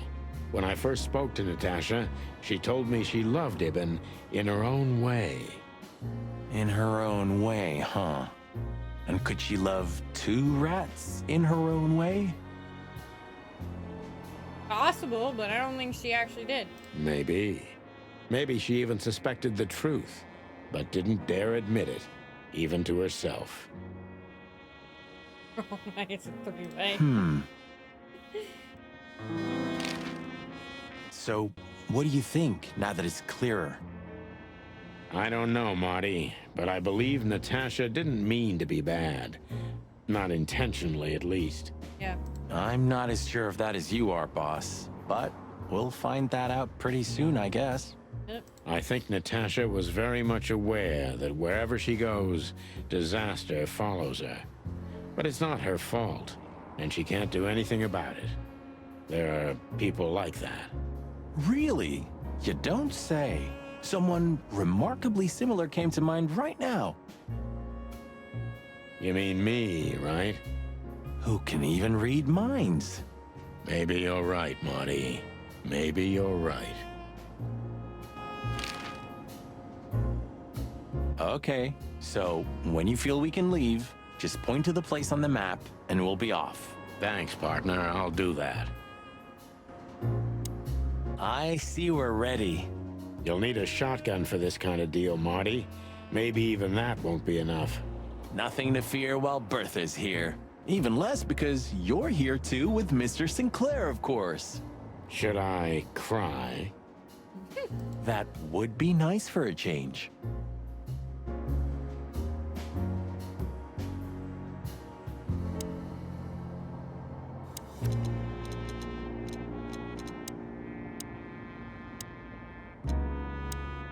Albert is Ibn Wessler himself. The madman took his brother's place and is trying to tie up loose ends. If we don't catch him now, maybe it'll be too late.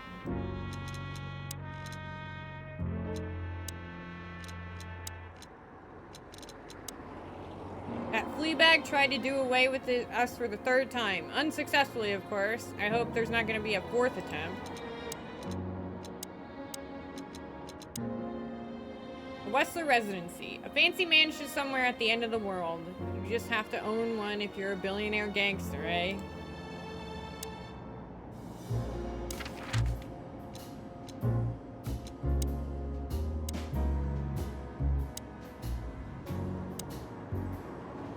You know what?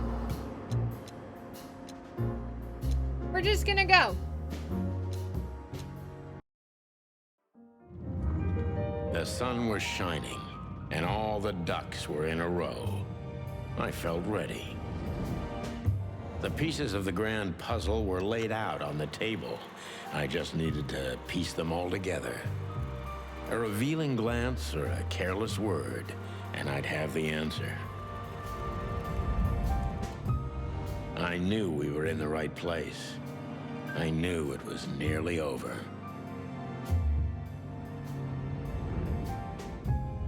Was Natasha really just a victim? Or did she know everything? Was she controlling the puppets from behind the curtain? Was she? Well, if you don't know No where one to knows. go straight ahead. Straight to hell! What could possibly go wrong?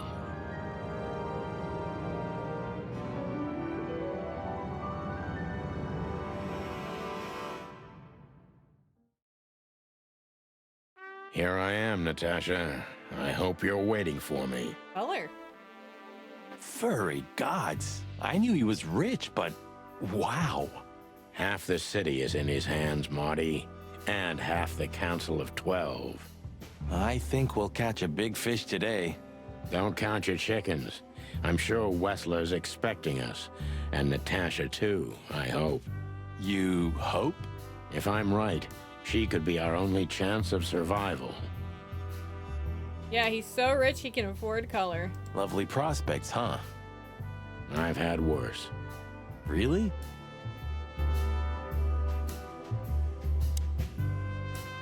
Huh, one of Wessler's ancestors, maybe. Wessler's ancestors were poor cobblers. More likely, this represents what he thinks of himself. I wonder how chivalry is compatible with organized crime. Right. Ibn was planning to leave the underworld. When his twin brother tore out his tongue, poked out his eye, killed him, and took his place? Yeah.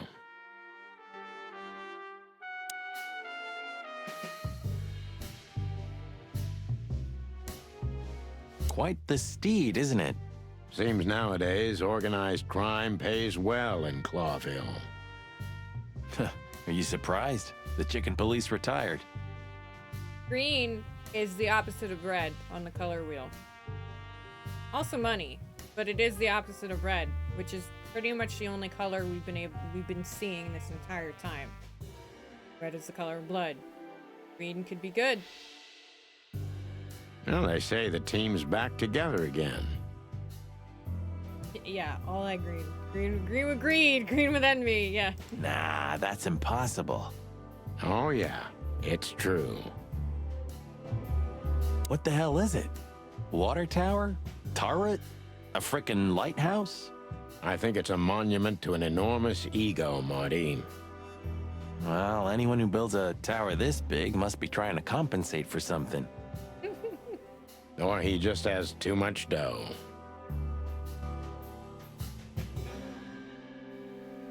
Oh, this place has its own greenhouse. What do you think's inside? 100% humidity and unbearable heat. Oh, not like that. Could they be growing rarities in there? Probably. Or maybe some chicken-eating giant flower monsters. That could happen. What? Oh, you just made that up, right? Nah, I'm sure there's no such thing. Is this a mansion? Or a grand palace? Or a small city. Well, if it comes to hide and seek, Old Westler will have an advantage. A serious advantage. That's so funny. Hey, not so fast, chickens. Please excuse my partner. He didn't mean to be rude, it's just his terrible habits, as you may already know.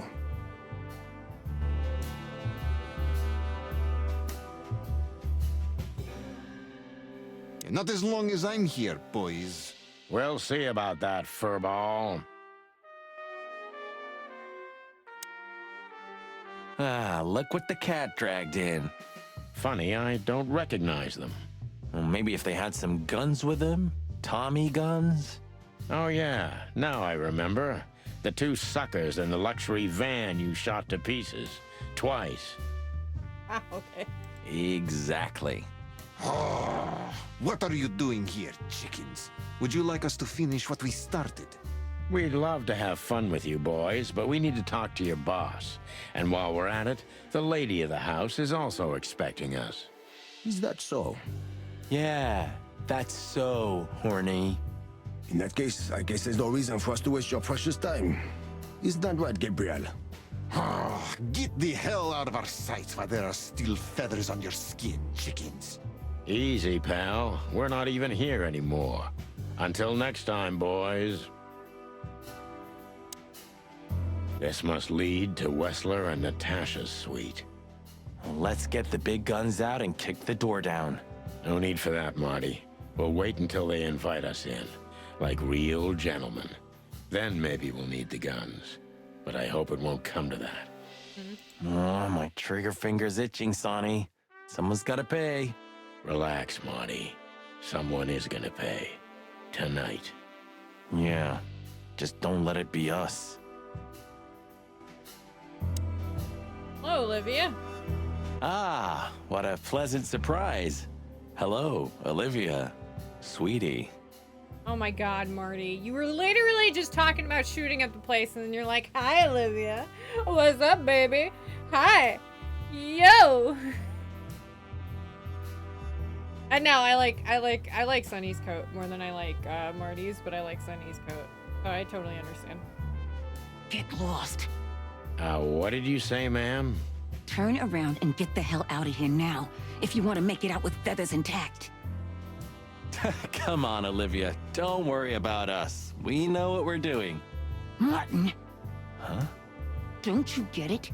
You have to get out of here or you'll be in danger, and also her. Do you mean Natasha? Please calm down, miss. We have to talk to Mr. Westler and Miss Katsenko. You really don't understand, do you? What do they not understand, Olivia? So, what is it exactly that our guests don't understand? I was trying to tell the detectives that Mr. Westler's very tired and doesn't welcome guests this early. He gets rather irate if he's being disturbed at this hour. I'm sure Mr. Featherland and Mr. McChicken can wait here while Ibn refreshes himself. I'll entertain them until then. Thank you, Miss Katsenko. Please, Sonny. I thought we've already discussed this. Call me Natasha. Please, Natasha, can we talk to you in private?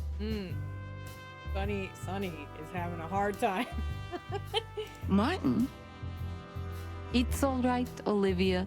These gentlemen are my friends. Yes, Miss Katsenko. Yeah, hard time. Hard time. I don't know who this person is. Olivia tried to shoo us out of the Wessler mansion. Strange, but she seemed quite worried about our lives. I tried to warn you. Thanks, Olivia?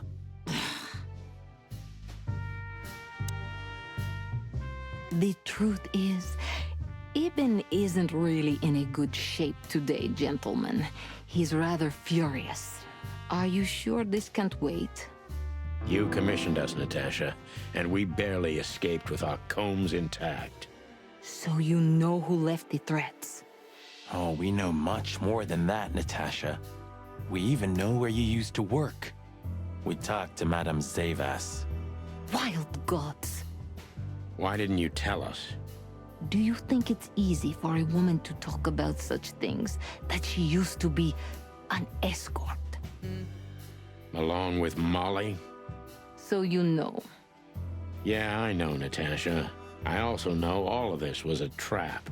Believe me, I tried to handle things the least painfully I could. You weren't even supposed to know. A lot shouldn't have happened. Poor Deborah shouldn't have had to die. Dear sweet Deborah. Cold, stiff Deborah. Please don't say that. A price worth paying? You cannot think I had anything to do with that. You just cannot. I don't know, Natasha. Please, Sonny, tell me, what is going on? You have to know, right? Please. Excuse me for making you wait, detectives. I'm having a rough morning after a long night. Is that so? Our night was also kinda long. To put it mildly. I was just telling the gentleman that you were exhausted, my dear, and they should come back another time. I'll escort them out. Oh, honey, no need for that. My door's always open to the legendary chicken police. Please, come on in, guys. Let's talk in my room. Then this way, please. You just stay here, my darling. I'm sure our conversation will bore you to death. Please, go and refresh yourself, or tell Olivia to go make some coffee. Yes, dear. Whatever you like. Please, follow me, gents. Lead on, Wessler. So long, sweetheart. Goodbye.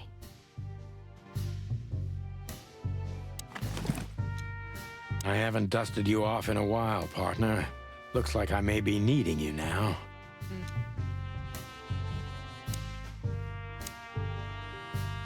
You know, I had a dream before we came here. I saw Natasha with a bloody mouth and red claws. And? What does that tell you? I don't know, Marty. I admit it. I haven't been this on edge for a long time. I'm just angry. Truth is, I'm not entirely sure why. Your sense of justice kicking in? More like my sense of don't fuck with the chicken police.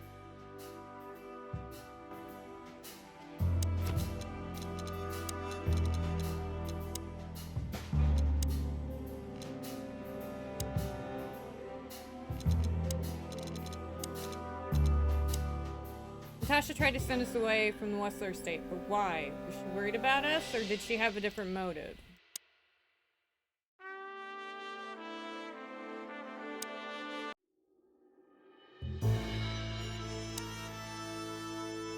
This painting. It's beautiful and rather provocative. Almost makes my comb stand up. I'm not surprised. But the corner is missing. You're right, Sonny. You're quite the observer. Well, yeah, this painting's unfortunately damaged.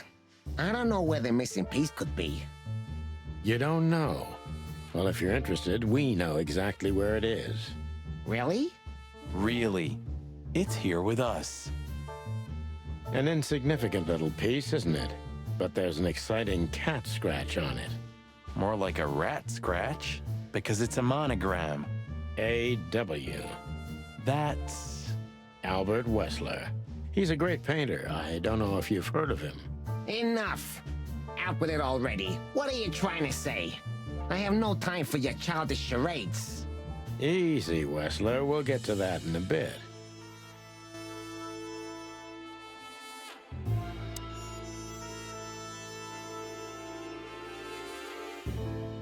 Impressive bed. Looks cozy. Sure is better than a cell. That's right, Marty. I'm not sure I understand, gentlemen. We'll see about that. Oof, they're going for the freaking jugular. This estate is rather impressive, Mr. Wessler. Well, thank you. I suppose it took years and years of cumbersome work to build it. Yeah. As you say, Mr. Featherland, I'm rather proud of it. You should be. Whoever built this place has a reason to be proud of himself. Are you trying to say something, sir? No, just thinking aloud.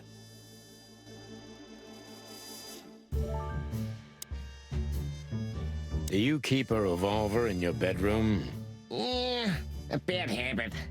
One who has a lot to lose has a lot to fear. I agree. Yeah, would you like a drink? This is a rather rare brandy. It lifts the spirits, if I may be so, poetic. Really? Tempting, but I need to keep a clear head, Mr. Wessler. Yeah, I've heard you don't despise a good vintage. And I've heard you don't despise murder, Wessler.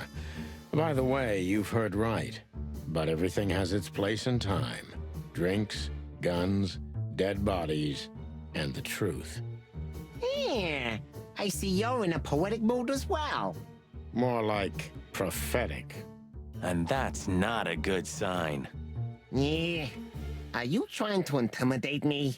No, that's not how we do business. We're gentlemen.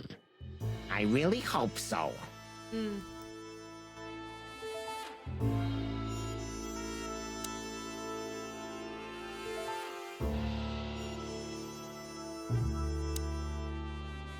Interesting.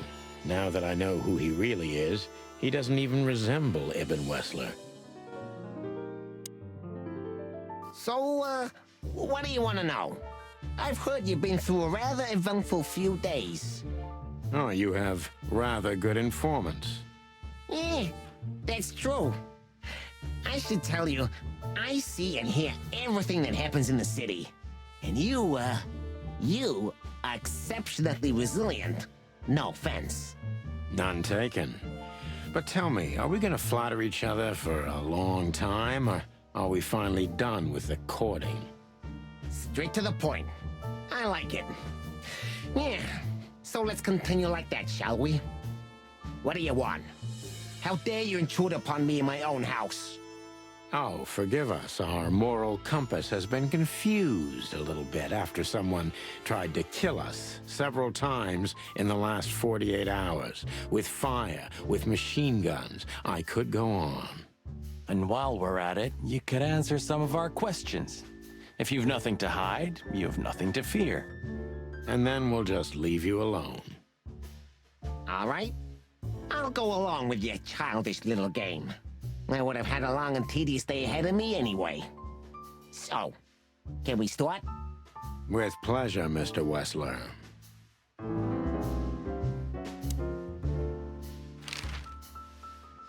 I have no idea what she sees in you, but Natasha's been seriously worried about you.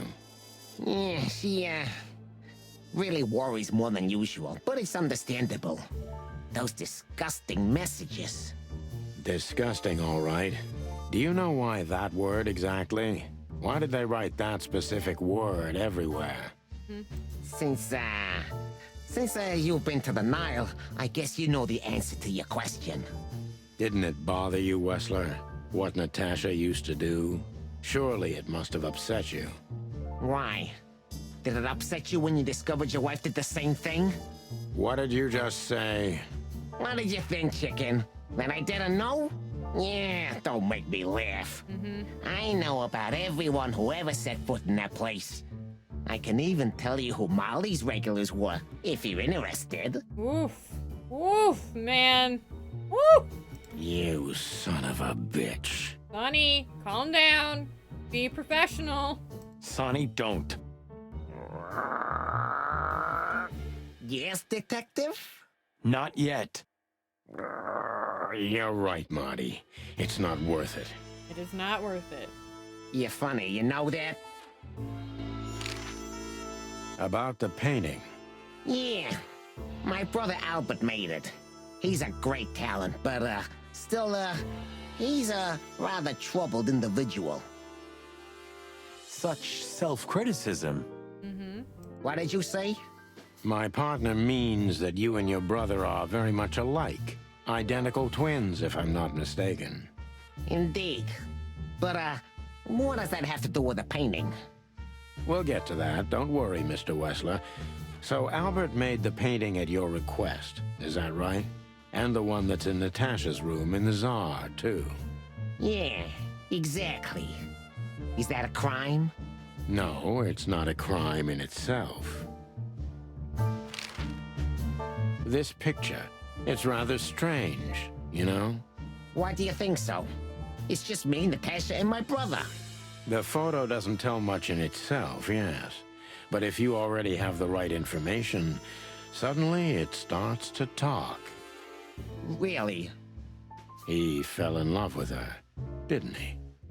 Who'd you mean? Albert, of course. He fell in love with Natasha. All those sessions while he was painting the pictures.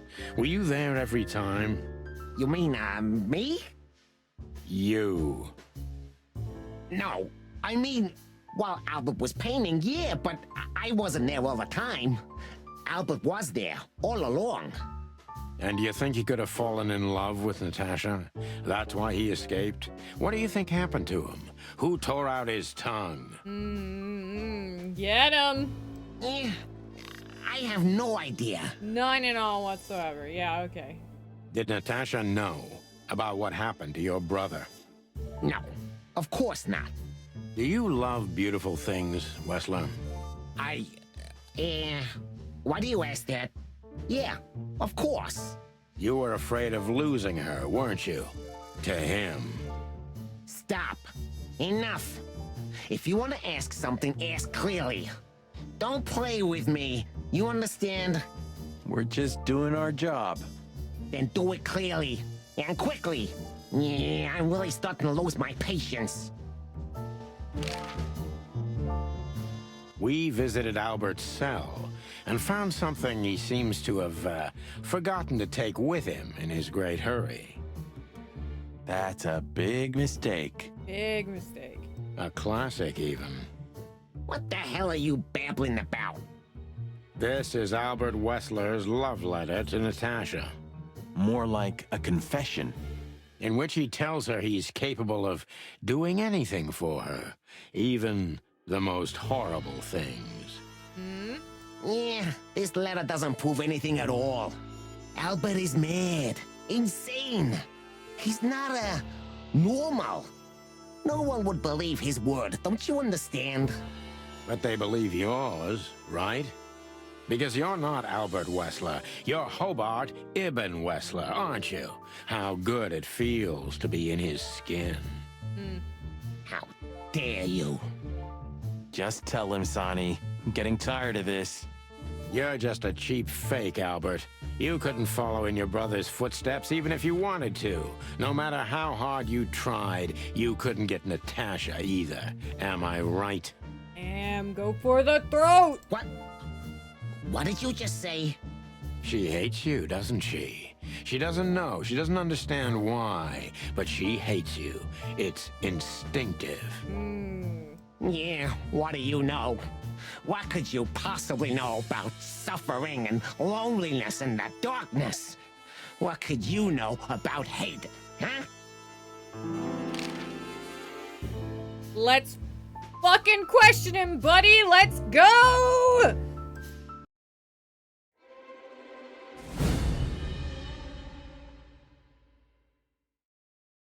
Albert is an imposter.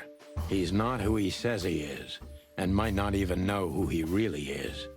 I have to concentrate on this first, to soften him up, and to avoid us being shot in the gizzard, of course.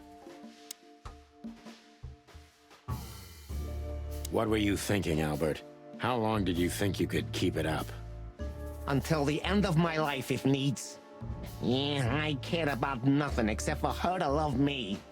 Not for who Ibn was, but for who I am. Why did you think that would happen? Everybody noticed the change. Yeah, I knew it would be hard, Santino. But I also knew animals see what they want to see. I didn't have to behave like Ibn. They only had to believe I'm him.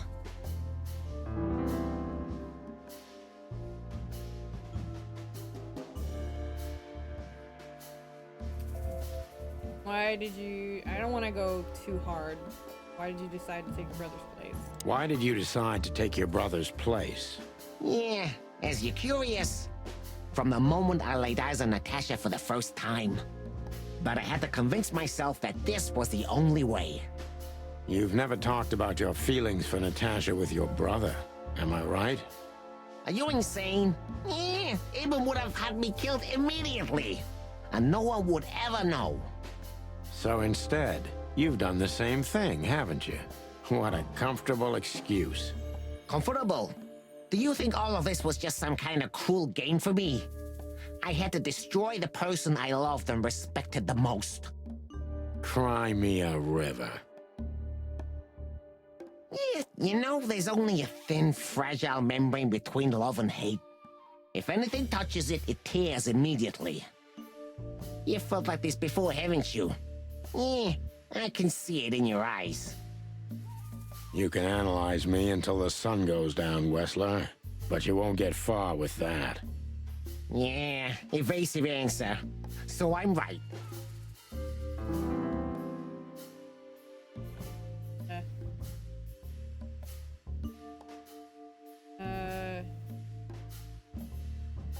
Do you ever believe that you were... Did you ever believe that you were Ibn Wessler? Did I ever believe? I still do. I believed it all along. Don't you get it? I am Ibn Wessler. And also, Albert Wessler. I see you're starting to understand.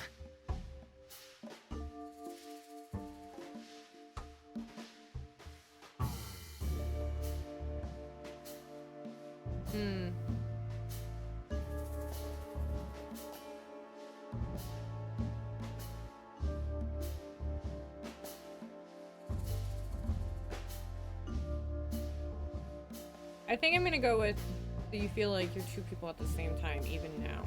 So you feel you're two people at the same time, even now? Oh yeah, I wasn't gonna go with the top one. Does it sound crazy? Maybe it is. But Ibn lives inside me. Sometimes he's even stronger than Albert ever was. Do you think you can avoid the gas chamber with this, Albert? I don't have to avoid anything, Sonny. You and your friend, will never leave this place. It's better if you start getting used to the thought. You're not the cold-blooded killer you'd like to think you are.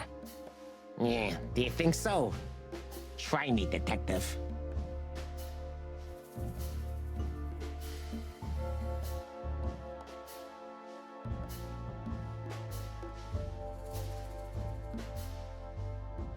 What would you have done if Natasha found out Killer 2? I think that's the one I'm gonna do.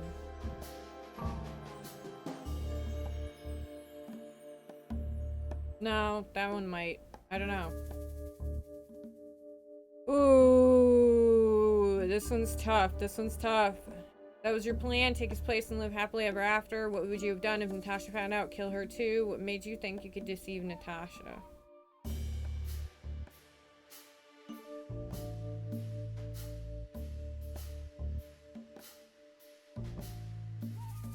I don't know.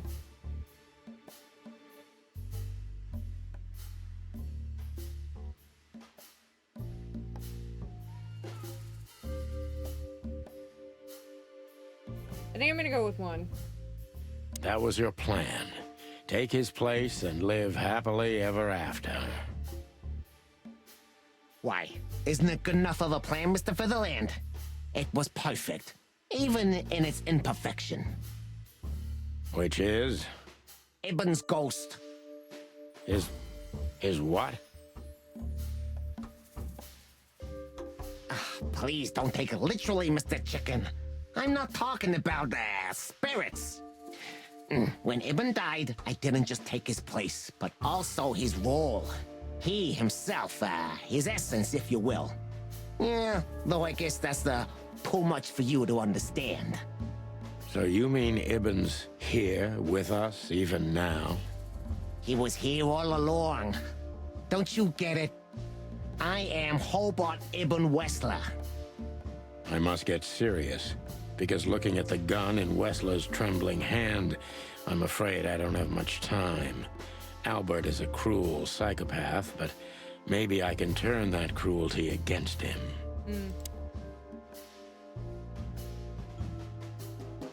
When was the moment you decided to kill him, Albert? When I drew the last stroke on that fatal painting, Mr. Featherland. When I glanced at it for the last time, and then at Natasha, who was shivering under the weight of my gaze. You simply fell in love with her? End of story? Not in the slightest, Mr. Featherland. Love is, just chemistry. What I felt was more than that. Everybody thinks that, Albert. But we all feel the same. We're just fools. No, Mr. Featherland. Not at all. At that moment, I knew what I was gonna do. I knew that the world was coming to an end if I didn't do it. It implodes on itself and ceases to exist. I couldn't let that happen. I couldn't. Let him have her, right? You simply wanted her for yourself. I wanted her for ourselves, Sonny. I was him by then. He just didn't know it yet.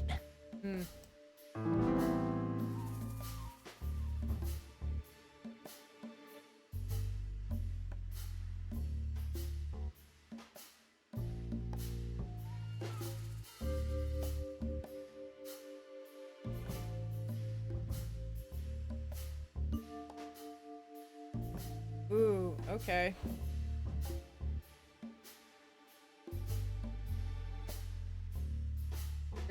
You're just a cheap copy, you know that, right? What did you do that made Ibn get you locked up? Ibn took him out, so I don't think that's that. Do you think you can explain everything away with your insanity? No. You enjoyed leading everyone by the nose, didn't you? I agree. It's either top or bottom. Oof. Just a cheap copy, you know that, right? You enjoyed leading everyone by the nose, didn't you?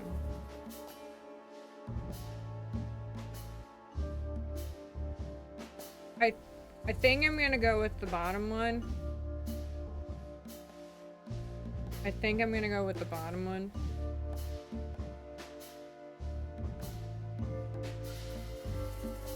Yeah. And I don't want to negatively affect the score, and I feel like that would. You know?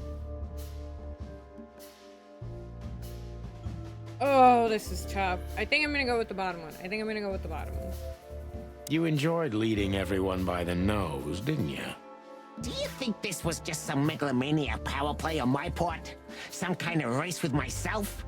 Not in the slightest. Don't expect me to feel sorry for you. On the contrary, Sonny. Your kind can't even comprehend what I've been through. That way, you can't understand the reasons behind my decisions either. You know what? Maybe it's better this way. I'll sleep better, that's for sure. If you're going to sleep, that will be your big sleep, chicken. Are you so sure about that, Wessler?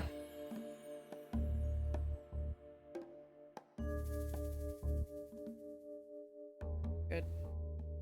If you loved Natasha so much, how could you lie to her all along? Yeah. We lie the most to those we truly love, Santino. Isn't that right? No. No. Choose between option 1 and option 1, right? It shouldn't be that way. You mean your wife, don't you? See? That's how it goes. We lie because we don't want to cause even more hurt. There's a rat. He's not gonna end well for you, bro. What you did, Wessler, is nothing like Molly or me. What you did was out of simple selfishness and cowardice. Watch what you're spitting out, that dirty beak of yours, Santino. I'm not afraid of you, Wessler. You'd better get that into your small little rat brain. Classic mistake, Mr. Featherland. I'm very close to breaking him, but if I'm too hard on him, I could quickly be signing my death warrant. It's time to dig a little bit deeper and uncover Wessler's wounds. Oh, man.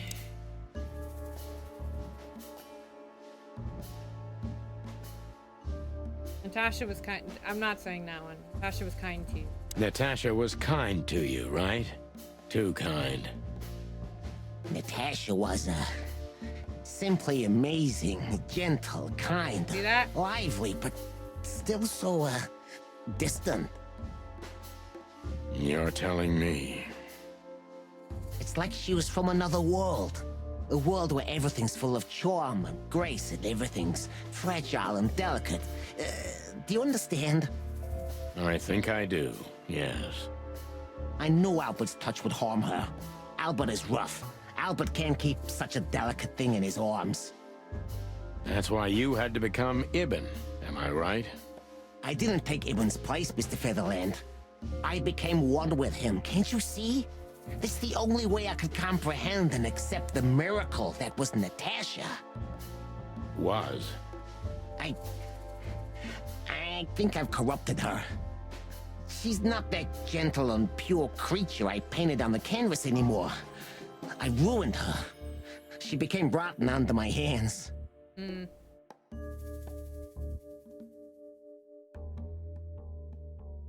Maybe it's not too late, Albert. Tell her the truth and end this. No. You can't understand this. She can't either. I killed Ibn, but he also killed me, can't you see? We're nothing without each other. You can't be two people at the same time, Albert. Nobody can bear the weight of the sins of two souls. That is prophetic and poetic, and I like that. Ibn loved her. I admired her. Ibn was crazy about her. I've been crazy for a long time. Ibn idolized her, and I hated her. And if there's anything more blind, more devoted, more extreme, and more true than love, it could only be hate, Mr. Featherland. It's an endlessly exciting, thrilling, and warm feeling. And infinitely red. Just like love.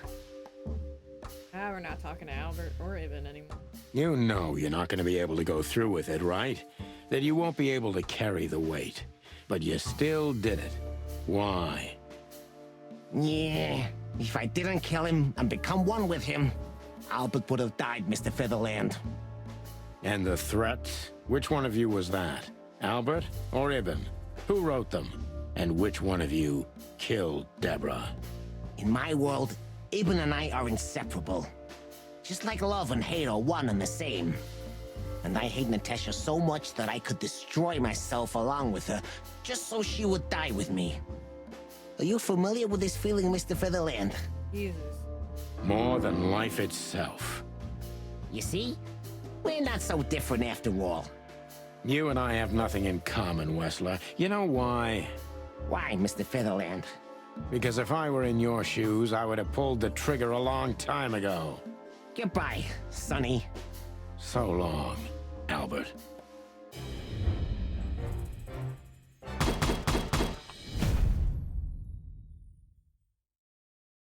Oh, man. Go for it.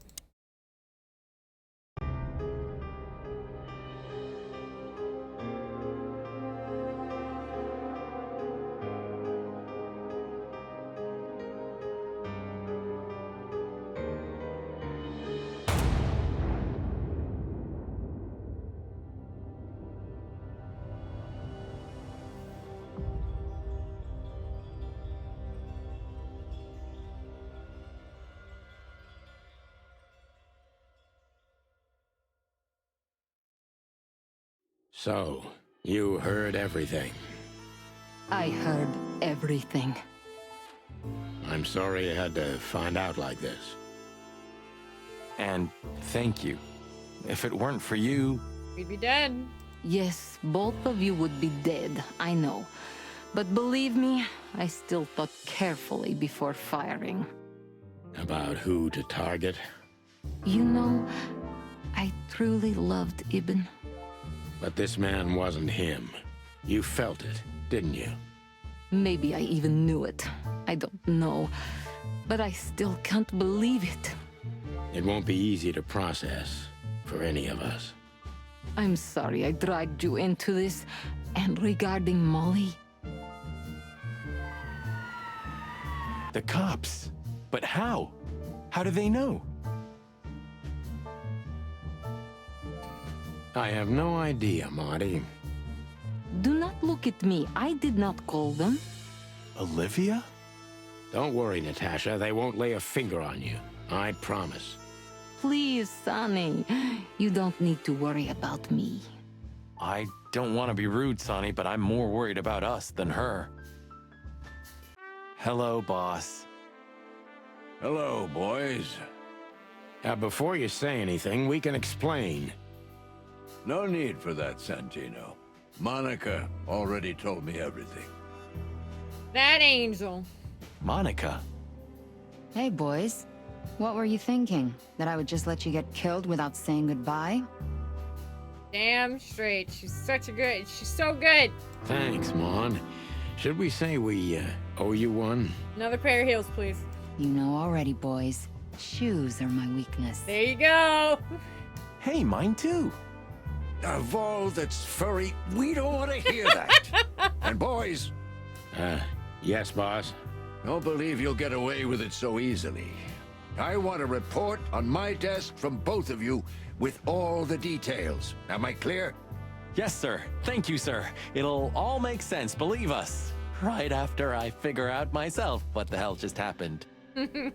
What Marty's trying to tell you is that we had good reason to investigate outside the law, but we're sorry. What happened to you, Sonny? You're sorry? Did you hit your head? Why does everybody keep asking that? Why indeed? So can we go now, boss? Without getting handcuffed? Don't give me ideas, Santino. Thanks, boss.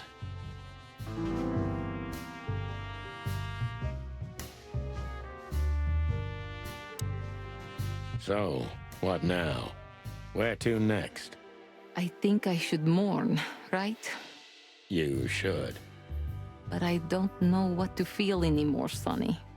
I understand, Natasha. You know, if you need anything... Yes, I know where to find you. See you around, sweetheart. Ma'am. Goodbye, detectives.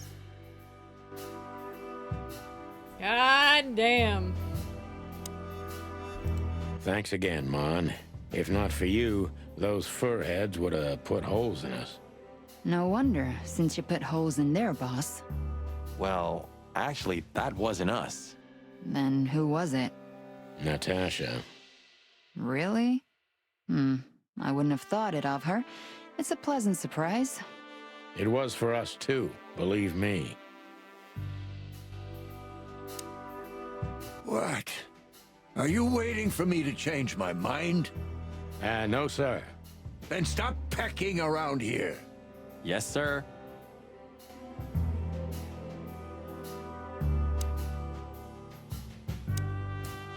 Hey, Olivia. Marty? I just, wanted to thank you.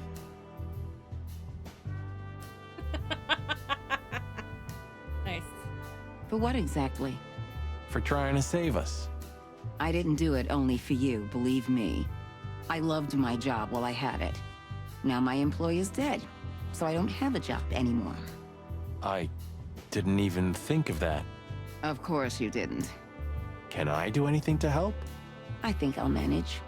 I always do. Sounds like a certain someone else I know. Not looking at myself or anything. You're a good boy, Bosco. Nice work. Wow. You know, folks, somebody's got to take care of the real police work while you're tearing up the city. Sorry for the mess, Bosco, but you know us. Yeah, unfortunately, I do. How did you catch them? After the gunshot, I was sure these two would show up. They have a habit of doing that. They were already in cuffs before then, Sonny. We had the house surrounded. If you could have hung on, maybe nobody would have died. Hey, a second longer and it would have been us. That's your story? Cluck you sideways, Bosco. I mean, I took a long time. Gentlemen? Gentlemen? We're honestly very sorry it had to end like this. Yeah, this peacefully. For myself, I'm glad, gentlemen. I would have sincerely regretted it if we had to shoot both of you, but unfortunately, that seemed to be the only solution to this, rather nasty situation. Fortunately, it didn't turn out that way. Joyful. Don't think we'll be behind bars for long, chickens. Whistler may be dead, but his empire still won't crumble. Oh, look at that. He can talk. In complex sentences, too. Yeah, or something like that. Amazing. Wow, guys. Wow. You guys are rough. Alright, let's talk to Tim Tam. How the hell did you find your way here, Tim? Always where the trouble is. Sometimes I think you're the criminal mastermind behind all the dark dealings in this city. Might be, you never know. I wish. I wish too, because then we could legally throw you in jail. Oh my god, Sonny, you don't mean that. I love your sense of humor, Sonny. I wasn't joking. So, where did you get the scoop? Are you kidding me? The whole city's talking about you. You've left quite the mess behind. That I admit. Well, it's a miracle that all of the city's smear sheet journalists aren't here already. Oh, while we're at it, will you give me an exclusive interview? Sure thing, Tim Tam. Clock off, Tim. Oh, okay, never mind. Hey! Wow.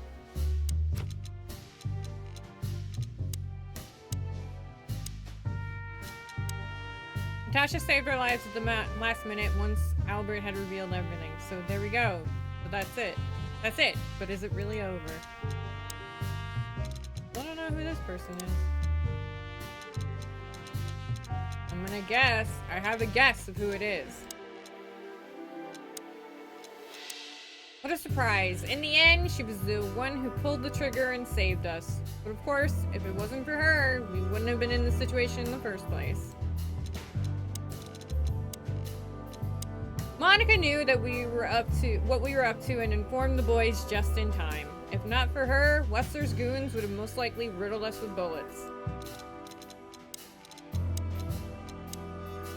The old man's small, hairy heart softened in the end, huh? And all it took was the downfall of a gangster empire and nothing more.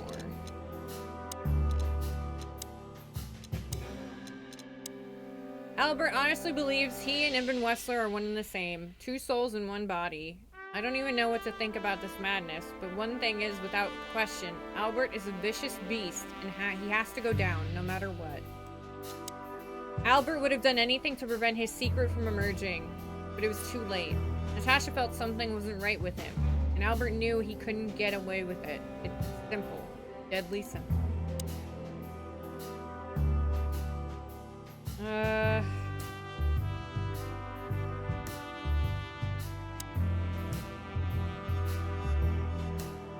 Guess that's it.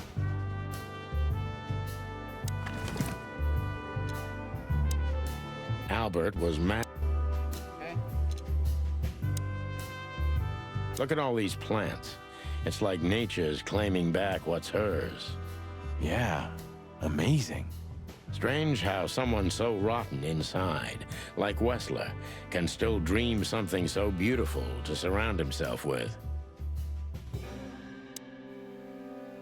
Hey! You? What are you doing here? I was just driving around. You know. Trying to feed your grandpa? So? Was it a case? Were you, maybe investigating us? What can I say, Sonny? Am I busted? Did someone hire you to follow us? I just had to keep an eye on you and not get involved. That's all. I admit there were a couple of crazy situations when it was hard not to. But you managed somehow, right? A professional's a professional, my friend. Yeah, thanks. So you won't tell us who hired you, whatever we do? Unfortunately, I can't, my friend. I made a promise. You and your promises. Some people still take them seriously. You're a real piece of guano. You know that? Of course. I've learned everything from you, you old fart.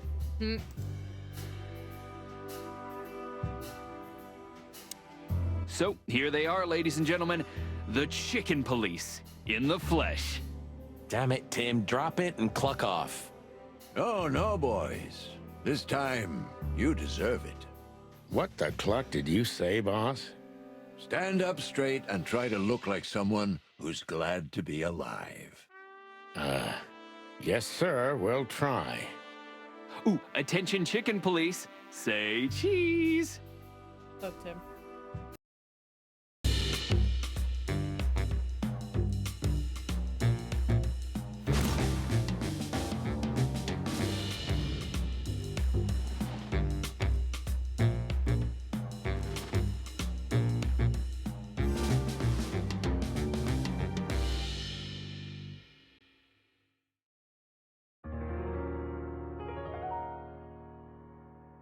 Following animal species were not included in this game: Indo-Chinese tiger, northern white rhino, Sphinx macaw, Hawaiian tree snail, Indian cheetah, Algoas foliage gleaner, Bulger's speckled skink, Bramble K melames, Katarina pupfish, Chinese paddlefish, Corkwin robber frog, cryptic tree hunter, Poli, cunning silverside, mostly because during the development of the game, all these species were declared extinct. Damn.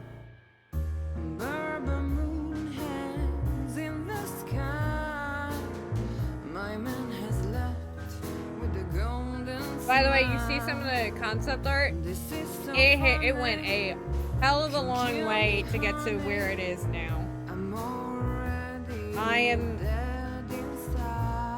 This is just insane, and I love this game.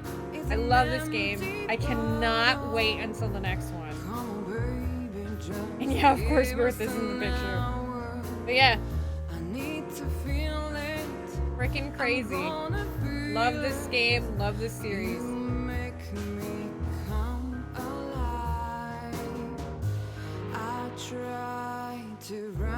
They definitely deserve every bit of praise that they could get. This game is great. Even playing through the second time, absolutely wonderful.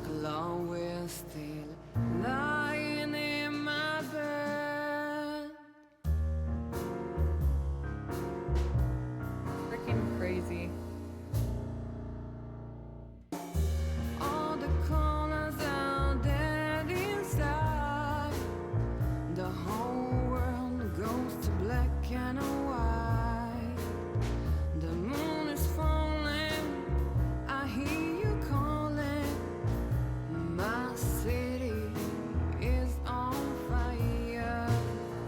Thank you, thank you, thank you. It's such a good game. It's such a good game. Hard knuckles and easy tricks. Where are you, baby? I'm still your lady. I'm gonna To my mom and dad who didn't freak out when I told them I was working on pinup girls with animal heads and mad beavers. Thanks. But my soul keeps me turning back. I'm tired of it being sane. Thank you, thank you. I will say I can't wait for the next game. I cannot not wait. It's dead. Ugh. It's gonna be so good. It's gonna be so good. To be continued? Oh, yeah, we're going into the hive. Oh. Natasha? You were expecting me, weren't you? I wouldn't say that, but I'm not surprised. I just wanted to talk to you. About what exactly? You know very well. What do you think, Natasha? Why didn't she tell me? Because she loved you. Yeah. If it wasn't for you, she may have never left the place. Perhaps she'd still be there. Ah, sheep shit. We used to dream about falling in love with a nice man who comes and saves us someday. A knight in shining armor. You know, like in the fairy tales. And how did that work out for you? She fell in love with a good guy. I didn't. I envy her. I'm not that good guy, Natasha. But if it's any consolation, she could have found him. Maybe she's living with him right now, somewhere on the other side of the world. Well, goodbye, Sonny. So long, sweetheart. Hey, Natasha, you have a light? I've been trying to smoke this sorry-ass cig all day. It's driving me crazy. Maybe you don't really need it. Maybe you're right. Maybe.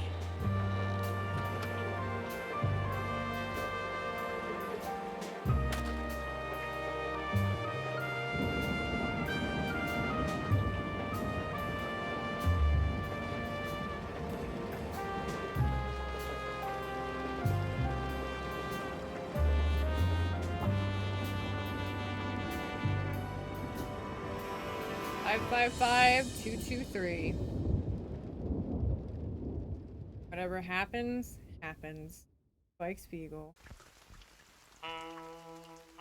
And that's the end for now. Ugh, so good. Oh man, such a good game. Such a good game. I went through the extras last playthrough. I'm already going on 3 hours. This is way longer than I usually stream. But I wanted to get through it, and we did. We got through the finale. I'm glad you guys were here with me too. This was so good. So good. And I'm glad this was like my first series pretty much with my new rig, so that's neat. We're gonna exit out. And go.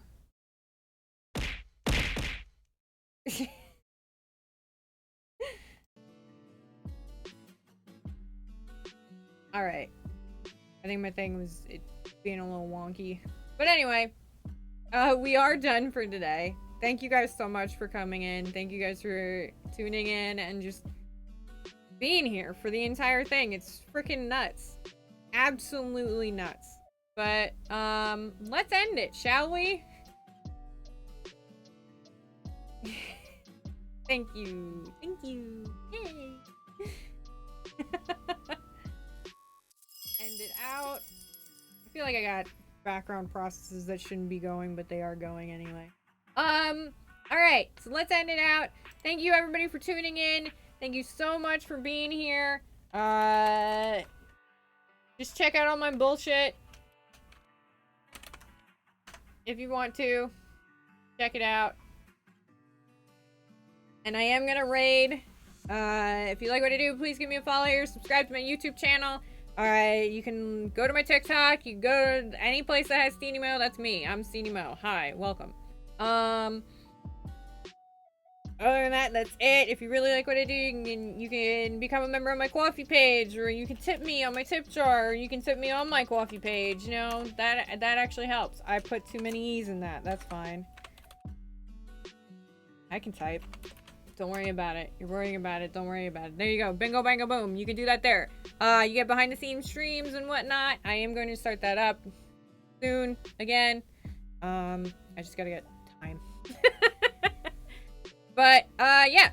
Either way, I love you guys. I appreciate you guys. We're gonna do a raid, and I will see you all next time.